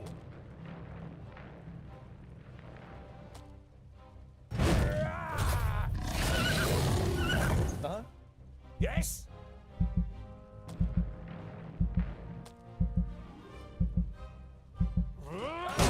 Bowendahl, give me a hand! Huh? Yeah! What is it? Huh? Yes? End it! What is it?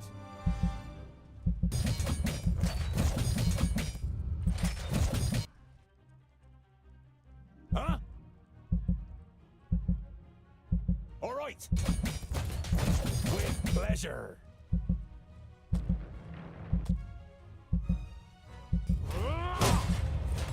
Vile creature!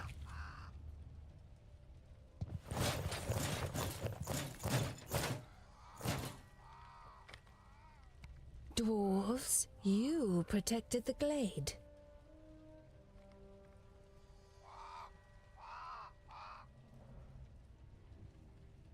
The perished land. The barrier has fallen. You can feel your stomach cramping. Unlike Boindale, you can't say a word. The damn Magi only had one job! So this is what it is like to rise from the dead. I feel nothing. I am left with nothing. My love, my beauty, my home, and my forest. Everything has been taken from me. I beg you, have mercy and put an end to my suffering. Without even being able to look into her eyes, you recognize the sadness in the elf maiden's expression. The dignity that she must once have radiated can only be imagined in her current state.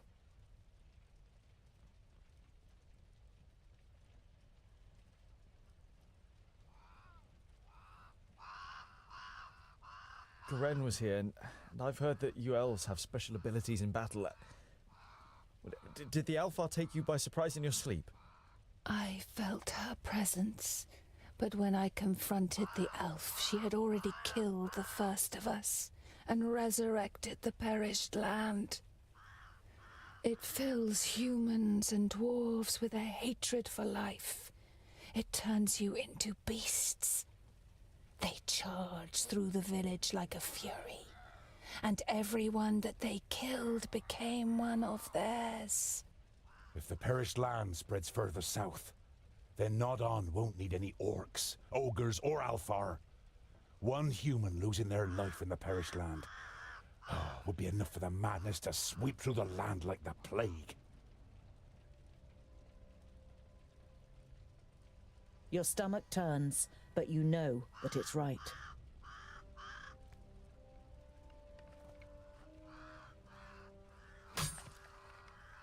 You've never seen the twins looking so serious.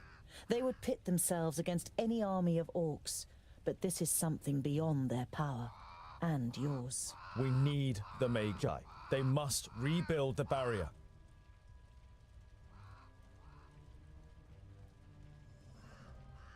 We must go to Lot-Yonan before the perished land spreads further. He will know what is to be done. Neither of your companions objects. I can't believe it. The barrier has fallen. How could that happen? Who could tell? Anything could go wrong with all that hocus pocus. It has held back the perished land since the fall of the Fifthlings. Reinforcing the barrier whenever it loses power is the primary duty of the great Magi. I can't imagine how Nod-On or anyone else could have broken through it. You think of the demons mentioned in Garen's letter. You wonder whether it could be possible that a demon from the outer lands might possess powers so great that even the 6 Magi weren't ready for it.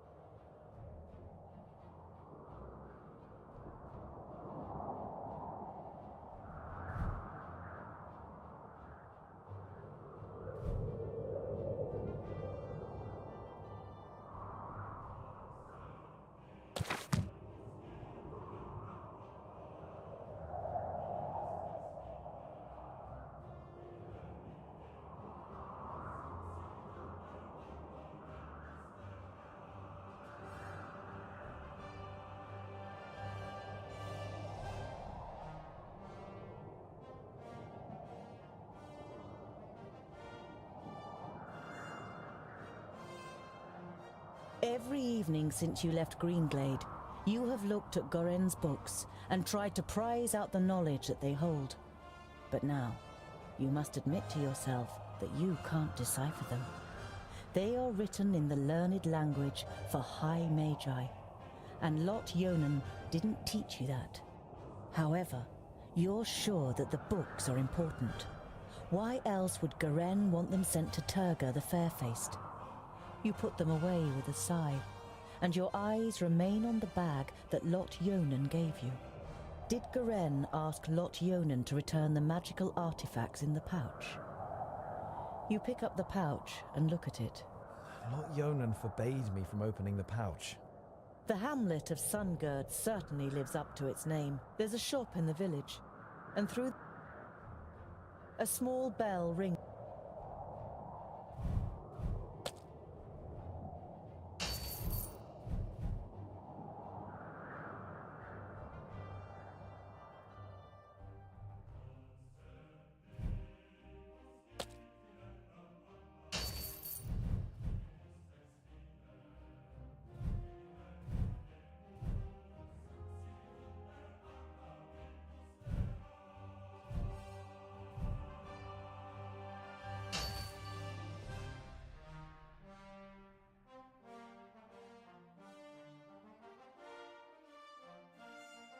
Just like previous nights, you are haunted by the image of the elf maiden nailed to the tree in Greenglade. You wake from your sleep and look around you. The night is unusually dark.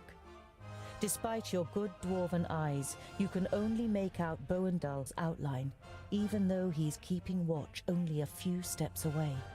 You're about to lie down again, but suddenly feel something cold against your throat. Next to you, the pale face of an elf slides into view. Good evening. I'm afraid we missed each other in Greenglade, so my companion had to receive you on her own.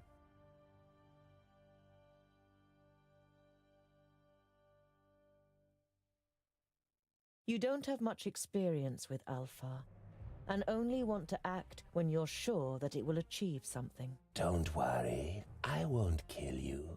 Not yet. Do you know what I am going to do instead? You feverishly search for an answer, but you can't even imagine how an Alfar thinks. I will kill everyone who means anything to you. I will destroy your life, and you will sink into hopelessness, groundling. Your downfall is called Sinthoras. You tense your muscles, readying to defend yourself, but suddenly realize that the blade against your throat has disappeared. You look around, astonished. The elf is nowhere to be seen. You look over to Boendal, who is easy to recognize in the bright moonlight. Next to you, Boindil smacks his lips in his sleep. You touch your throat, and when you don't feel anything, you breathe out, relieved. Just a nightmare. At least that's what you tell yourself. But you don't close your eyes for the rest of the night.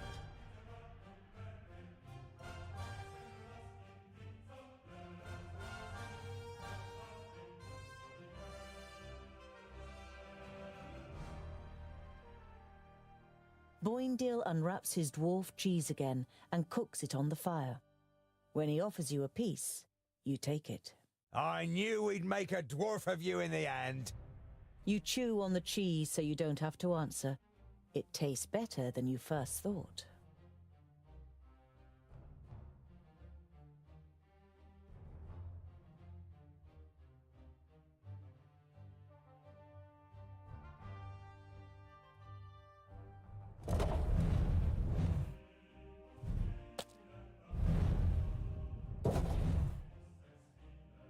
You arrive at a small, bustling village. One thing is clearly missing from the lively scene: the sound of metal on metal from the village smithy that would normally be heard above everything else at this time of day. A dour, grim-looking man is sitting in front of the forge with his right arm in a sling. His expression brightens as he sees you, and he jumps to his feet. Dear dwarves, could I interest you in helping me in my workshop for a day? The man's expression is somewhere between desperation and hope. As you don't answer immediately, he continues. You will, of course, be royally rewarded for your work. I can offer you 100 gold pieces. What happened to your arm? A stupid accident. A box of blanks fell down. I was trying to catch it. It will heal, fortunately, but I won't be able to wield my hammer for a while. You must have quite a backlog of work. You nod sympathetically. You always felt bad if you were ill or couldn't work in the forge for some reason or other. Loads. But if what I hear about the metalworking skills of the dwarves is true, it will be easy for you to manage it in a day.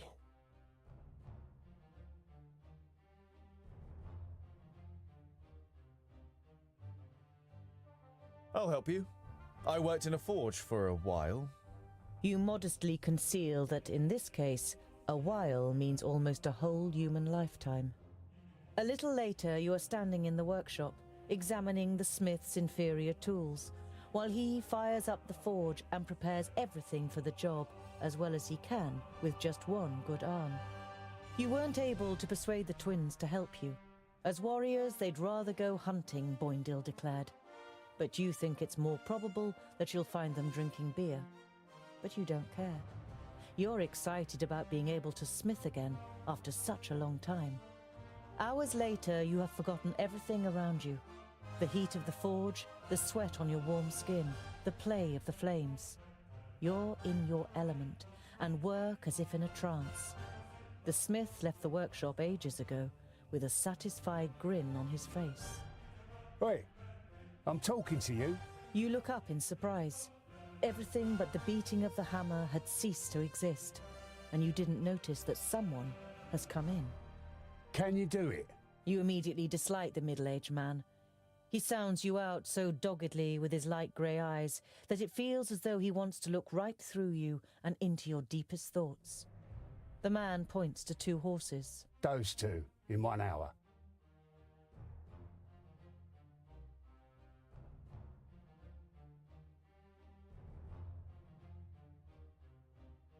With the forge hammer in your hand, you play dumb.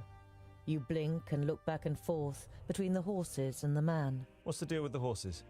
You expect the man to fly off the handle, but you feel even more uneasy when he asks you quietly and very slowly to please re-shoe the 2 horses.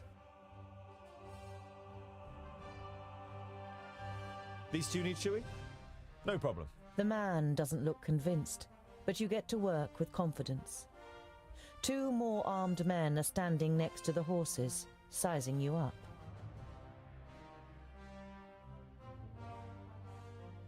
You concentrate on the work. The only sound you hear is the melodic beat of the hammer against the anvil. You keep track of the armed men out of the corner of your eyes. You suspect they are mercenaries. While you're fitting the 3rd horseshoe, another armed man enters the forge and speaks in hushed tones with the leader of the group. He's the only one here. The man nods in your direction, and you quickly shift your attention back to the work. You play it cool and complete the work. As the leader of the mercenaries pays you, you have the feeling that he is trying to transfix you with his eyes. The men leave the workshop without a word. So, you're mercenaries, I take it? You're only trying to engage in conversation, but the man looks at you incredulously, as if he didn't expect dwarves to be able to talk. Something like that. Got lots of work? Oh, do you know anything about the armies of orcs from the south? We can't complain. The man's tone makes it clear that the conversation has ended here. You carry out the work in silence. As the leader of the mercenaries pays you, you have the feeling that he is trying to transfix you with his eyes.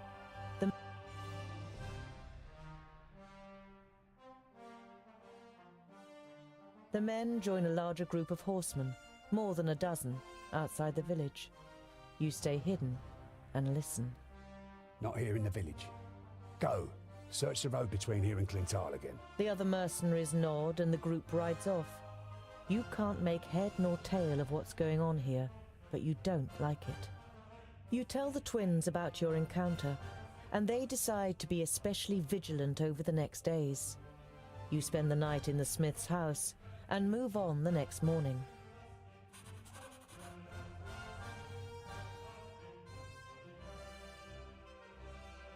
In the early evening, you make an unusual discovery on the side of the road.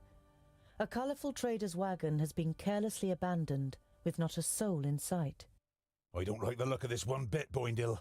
You take a look around there, I'll stay on this side. Tungdil, you check the surrounding area, and be careful. You scan the road and the woods on both sides. Apart from the twins who are fighting their way through the undergrowth within earshot, you can't hear or see anyone.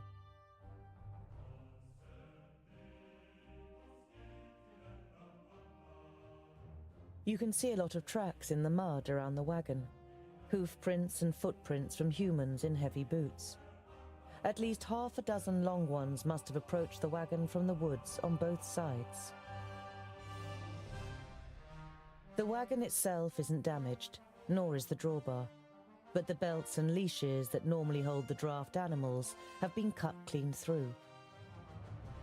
The dwindling daylight provides little light inside the wagon.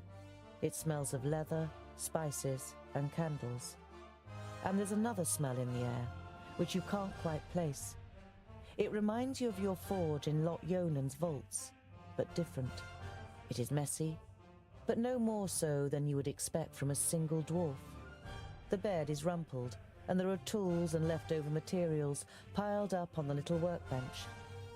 There are several cupboards hanging on the right-hand wall. At the end of the wagon, there's a large wardrobe, and next to the door on the left is a heavy wooden chest with rusty metal hinges. The smaller cupboards are piled high with a multitude of tins and boxes, all filled with odds and ends that the trader offered for sale to customers on his trips. Nothing of real interest. You reach for the knob of the wardrobe, and then stop. The rug in front of the wardrobe squelches as you step on it, as if you had stepped in a puddle.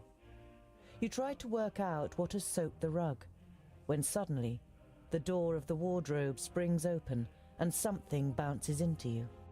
You take a step back, and the realization of what hit you makes you take two more. Lying on the floor in front of you is the body of a dwarf, headless. His head has been cut clean from his neck. The dwarf is wearing clothes that look more like human robes and bears no coat of arms that would identify his kingdom. You didn't know him, but no one deserves to die like this. His head has been cut off cleanly, probably with a sharp blade. A quick glance in the wardrobe confirms what you already suspect. The dwarf's head is nowhere to be seen. As you try to lift the lid of the chest, you realize that the lock has been broken out of the wood. You open the lid and look inside. Amongst clothes and some empty boxes, you find a loot case and a beautiful loot of the kind that humans build, as well as a bag of bread and cured meat. You take the bread and the cured meat. The extra provisions should keep you going for a few days. You take the lute. You can't play, but an instrument like this is worth good gold. You give a short, sharp whistle, and the twins come running at the double. You tell them what you found. A group of horsemen with heavy boots has been here. And I found Mort in the wagon. Beheaded. I have a hunch that the mercenaries from Fallow Rock have something to do with this. Wretched dwarf killers! You can tell that Boindil wants revenge and can understand his feelings well. You wrap the body in linen, dig a hole in the woods, and place the body in it. You lay a couple of his tools and other personal belongings you found in the wagon next to him. You wish there was more you could do for him. You continue on your journey in gloomy spirits.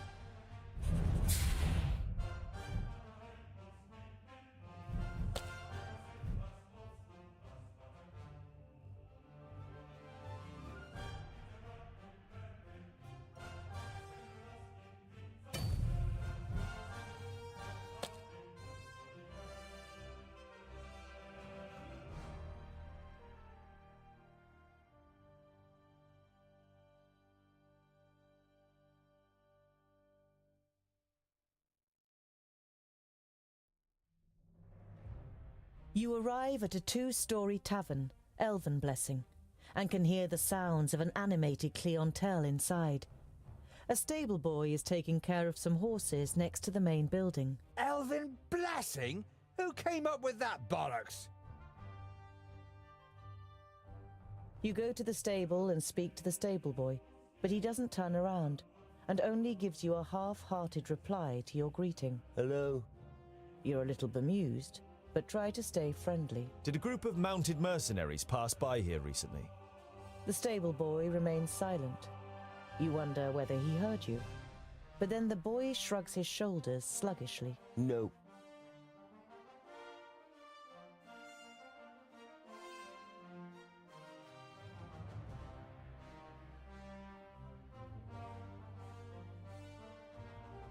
Once again, you reach the crossroads and the Stone Sheep Tavern. You walk to the nearest empty table with the twins in tow and sit down. The landlord comes out from behind the bar and walks over to your table. He gives a narrow smile. Good to see you again. What can I get you today? You hear surly muttering from one of the tables. What are groundlings doing showing their faces here, now of all times?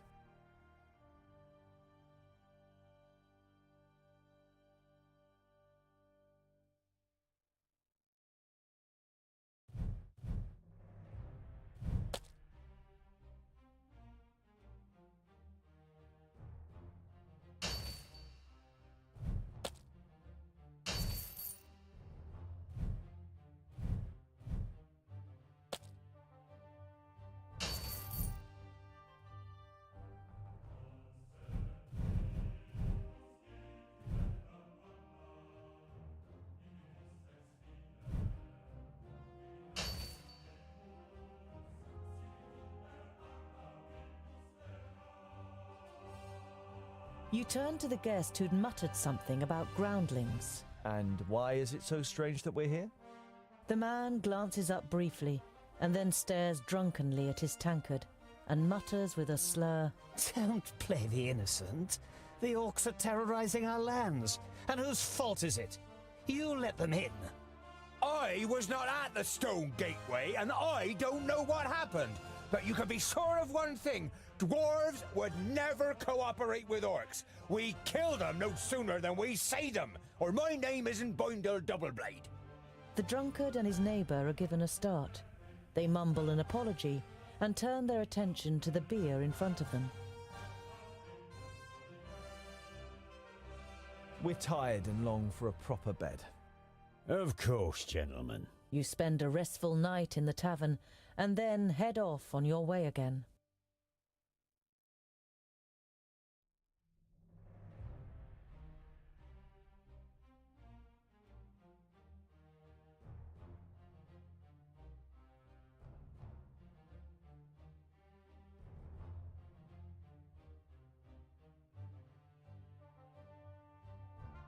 Once you reach the top of the hill above Goodwater, You can see what is left of the village. The sea of red-roofed tiles has given way to a forest of burnt black ruins. Shattered wooden planks and bent iron bars are all that is left of the gate. I couldn't save them. Even the reinforced gate.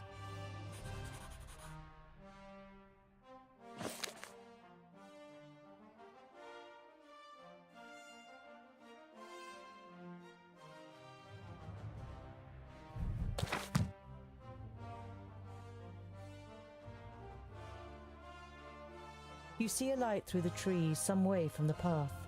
It inevitably brings to mind your encounter with the woodcutters.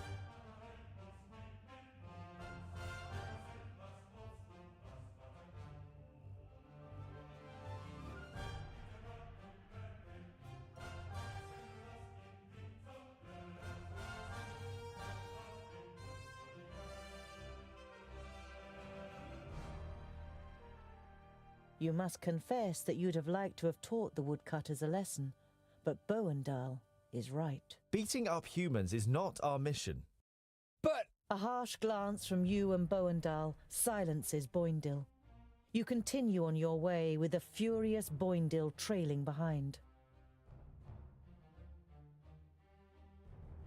Why are the Magus' vaults here in the middle of nowhere? And why does the Lord of Yonendar live in a vault and not in a castle? It's to do with the magical fields that spread out under Girdlegard, so the 5 magical realms are found where the fields are at their strongest. And that's why he lives in the vaults? To be closer to the underground magic? No, it's more to do with security. 200 students of magic and a source of almost unlimited magical energy.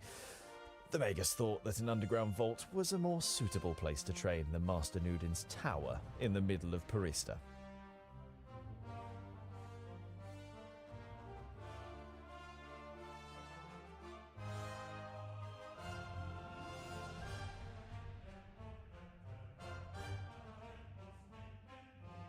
I don't like it here. All this hocus pocus is bad news. Us dwarves know that and keep well away, just as Vracus commanded. I hope you know that too. I cannot perform magic, and I've never attempted to. Nevertheless, please show respect. Remember that it was Lot Yonan who took me in and saved me. Now then, it would seem that the tongue of the learned one becomes somewhat haughtier, and his sentences doth wind most strangely as we verily approach the vaults. You can't help but grin guiltily. With a beseeching glance at the twins, you step into the area in front of the vaults. Seeing no one there you might greet, you and your companions enter your old home through the open gate.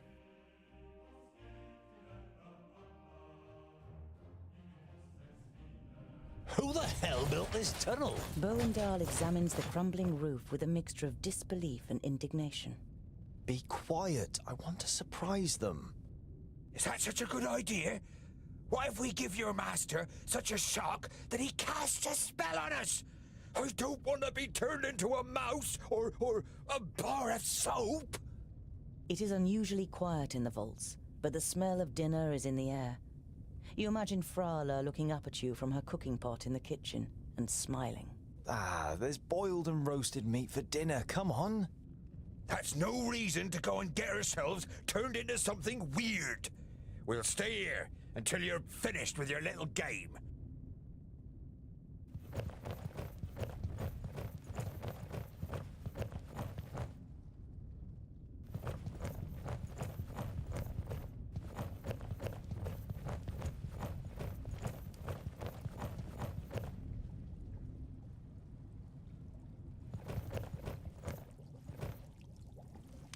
Lumps of meat rise up and appear on the brown, bubbling surface of the soup before sinking back down out of sight. The hearty smell makes your mouth water. A human foot? Your stomach turns, and you have to fight hard against the impulse to run out of the kitchen screaming.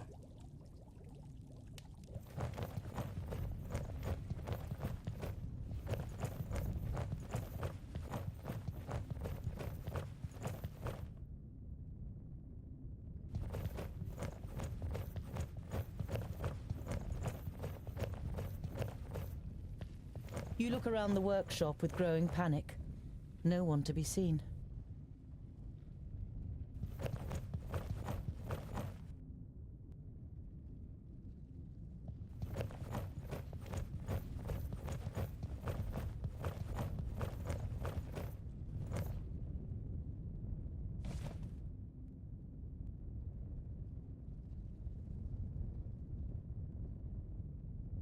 What happened here? Speak! Ah, another one.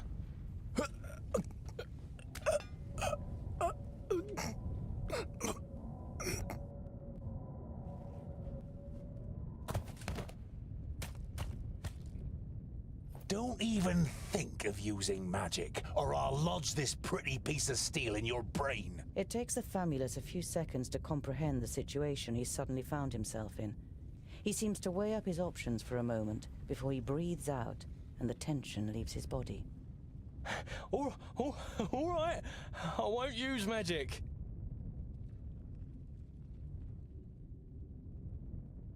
What happened here? Where is everyone? For a while, the Famulus seems to be playing with the idea of being stubborn. Bowendahl pushes a little harder on the end of the crow's beak, and the tip penetrates the skin. Blood seeps out. Ah! Ow! They're gone! Dead! A school full of magi destroyed without any signs of struggle? Lies. The facts seem stacked against it, but you cling on to this faint hope. Lot Yonan's Famuli were already in Parista. There were only novices left. We made easy work of them. The Elfar, Sintheras, he insisted on being part of the raid after he found out that you grew up here. He opened the gates and killed most of those here before they even knew what was happening. In your mind's eye, you see a pale face appearing from the darkness. You saw what Elfar are capable of in Greenglade. You push the thought to the back of your mind and try to keep a clear head. Lot Yonan, where is he? Nodon killed him. He killed all of them in Parista. There's no one left in Girdlegard who can take on the last Magus. You're saying that someone took on all 6 of the Magi at once and defeated them? Ridiculous. 5 Magi. My master Nudin is Nodon the Doublefold, the Lord of the Perished Land and soon to be Lord of Girdlegard. He killed the masters, and the apprentices followed soon after. They're all gone, and he changed the magic field so that only we can use them. An icy hand grabs your heart. It's impossible that there's only a single Magus left, and he's not fighting against, but for the Perished Land. Why are you snooping around in Lot Yonan's study? What are you looking for? I'm looking for artifacts that Lot Yonan, when he was in Parista, claimed he had forgotten and left in a cupboard. And for the books that were stolen from Greenglade. I'm guessing you're the dwarves that stole the books. What does your master want with the artifacts and the books? I don't know. He commands, we obey. He's going to be very displeased. I did find a bag in the cupboard, but it didn't contain the right objects. I've had enough of your lies. They're alive. Lot Yonan escaped and has gathered his apprentices, Frala, and the others around him to fight against Nodon. We just have to find them. The war was over before you even noticed it had begun. Nodon cannot be stopped. He is on his way here and will just... Blah, blah. We will leave immediately. This news is of great importance to the Council of Dwarves. I'm not going anywhere. I have to find my friends and Orcs! Lots of them!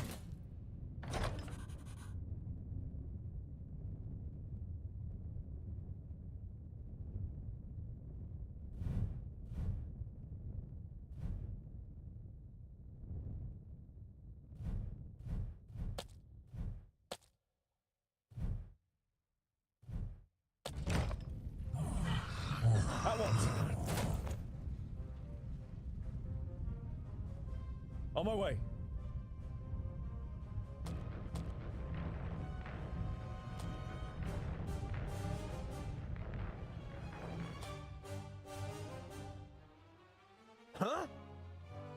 What is it? Say goodbye forever.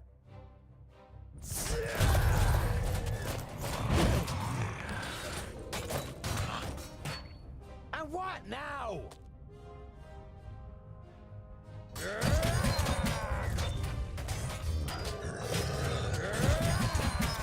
Who's next? Another one bites the dust.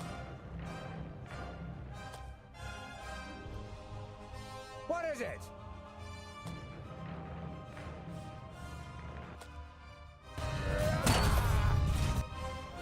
Huh?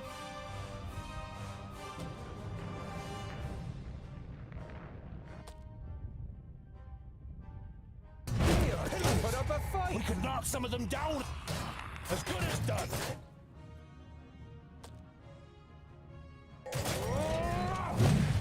Let again. On my way. Yes?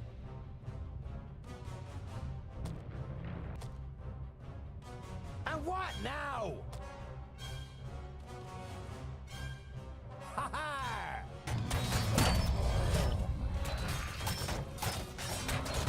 Come here, you!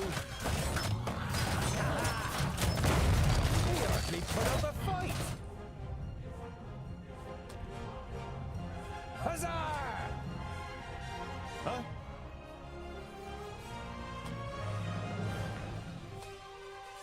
What is it?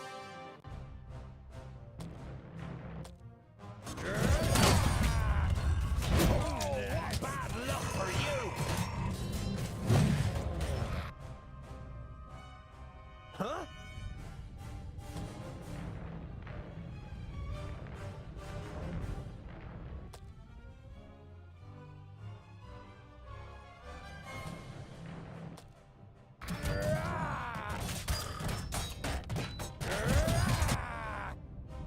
Yes? What is it? Uh-huh.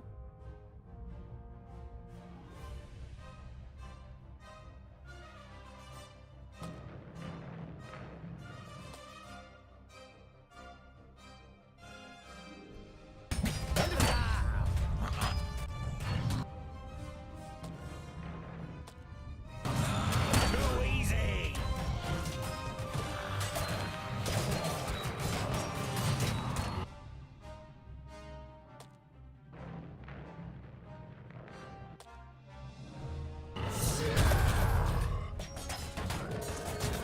For practice!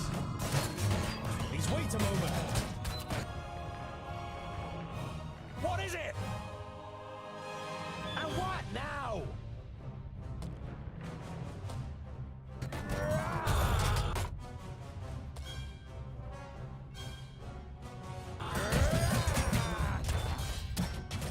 What is it? Yes?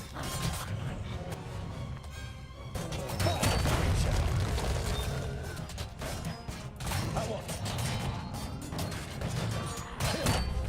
Who's next? Oh! Hey!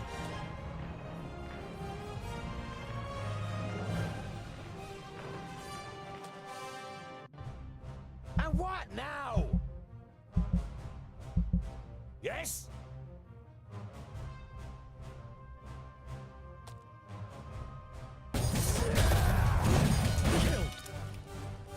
Huh?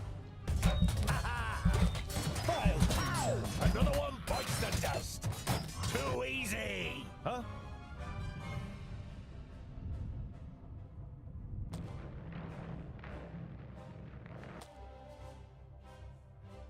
What is it? Huh?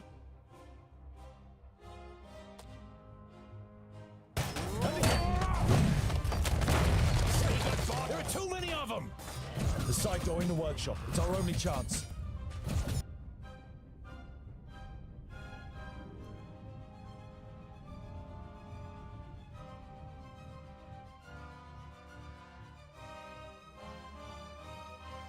Oh, what bad luck Yes? for you!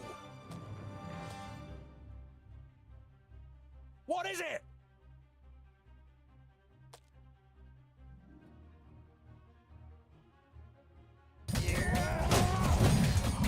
Say goodbye. Goodbye forever. All right. Huh? Huh?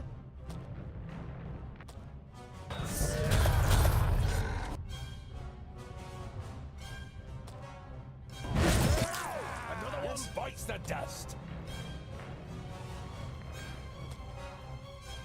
Huh?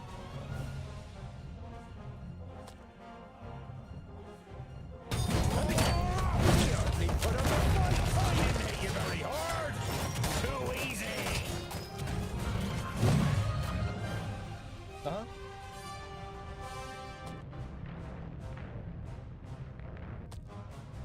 What is it? What is it?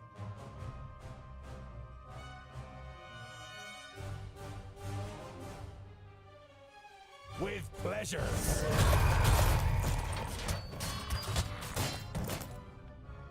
Yes?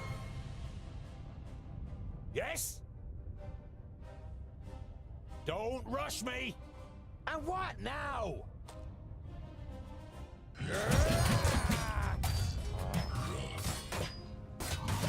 I didn't hit you very hard. He cheated.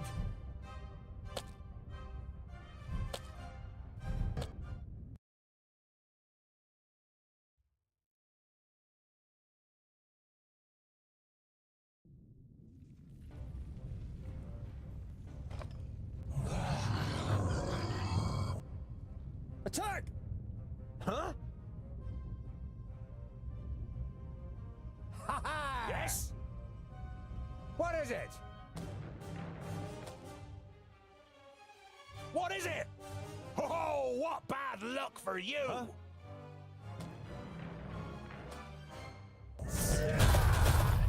Understood. Yes? Yes?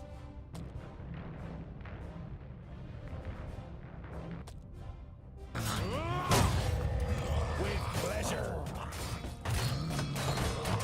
Too easy. And what now? Hit you very hard.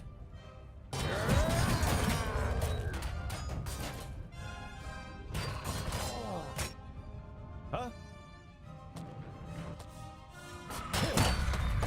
On my way.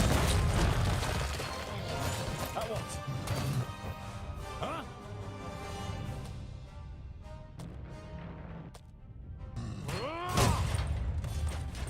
All right.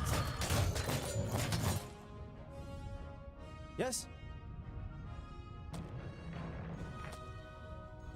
What is it?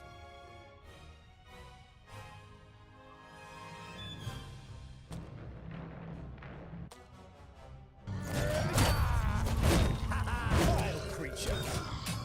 He hardly put up a fight. Yes? Uh-huh.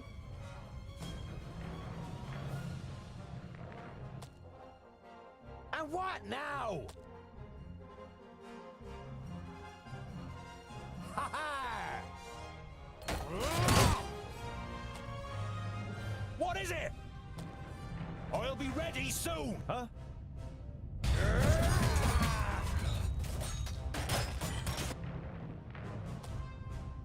What is it?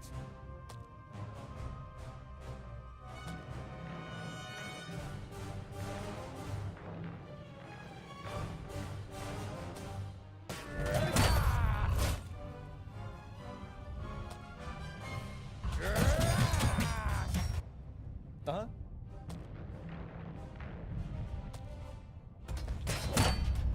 On my way. Attack! Yes? And what now? Come here, you! What is it?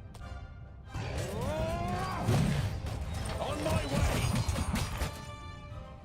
What is it? Huh?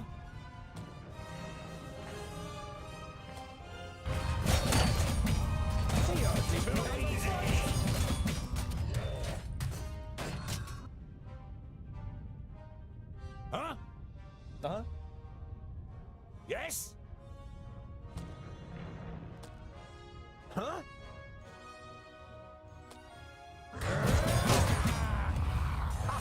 Hit you very hard. Yes, yes.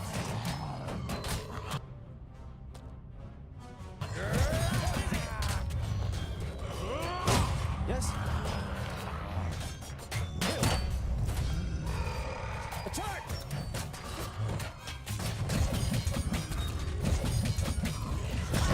Another one bites the dust. Next. Uh-huh.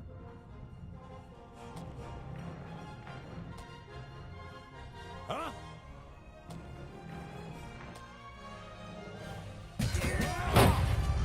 There are too many of them. The side door in the workshop. It's our only chance.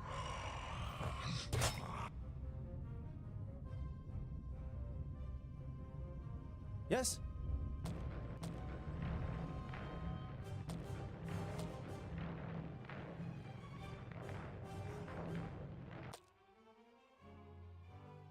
And what now? What is it?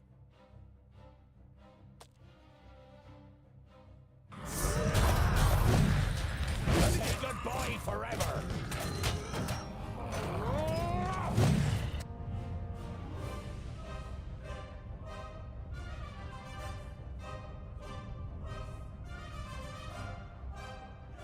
What is it?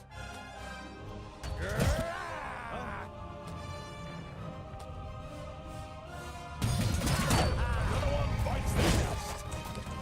Too easy.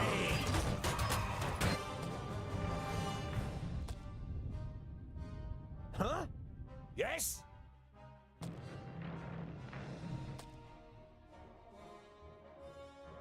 Who's next? All right. With pleasure.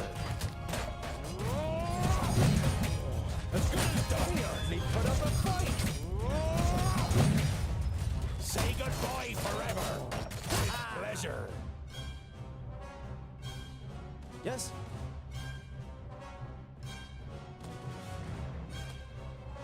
And what now?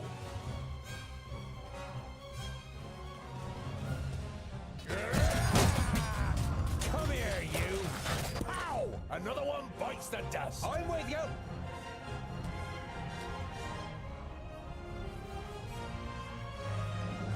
Huh? What is it?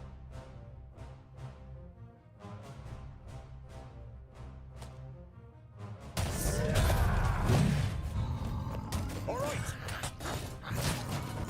On my way. As good as done. Huh? How was?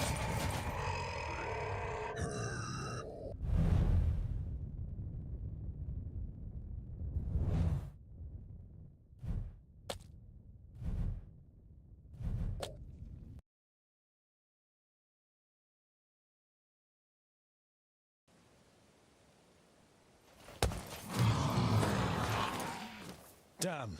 The first 20 are mine. You have come far, but this is far enough. Give me the artifacts and the books you stole in Greenglade, and I'll set you free.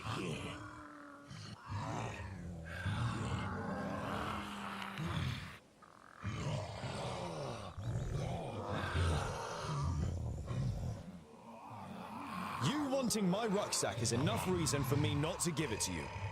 I don't need your consent. Look after the rucksack.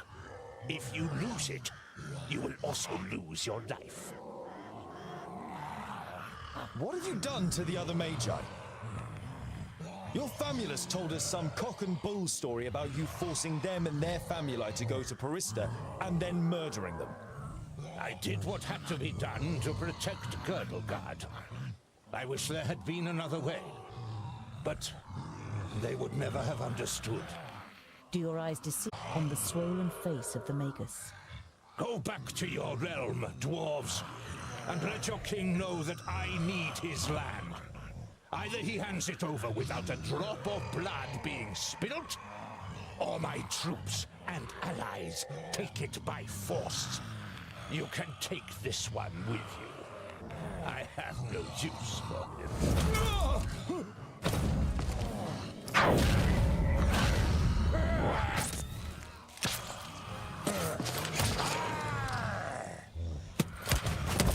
Invisible wizard, Maya. Look.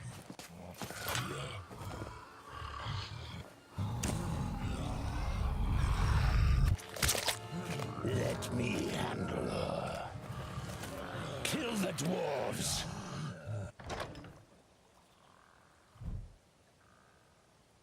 Okay, I don't have time for the rest of this fight. Yeah, it's really nice game. So I will get back to this later. Thank you all for watching and see you in the next one. Bye bye.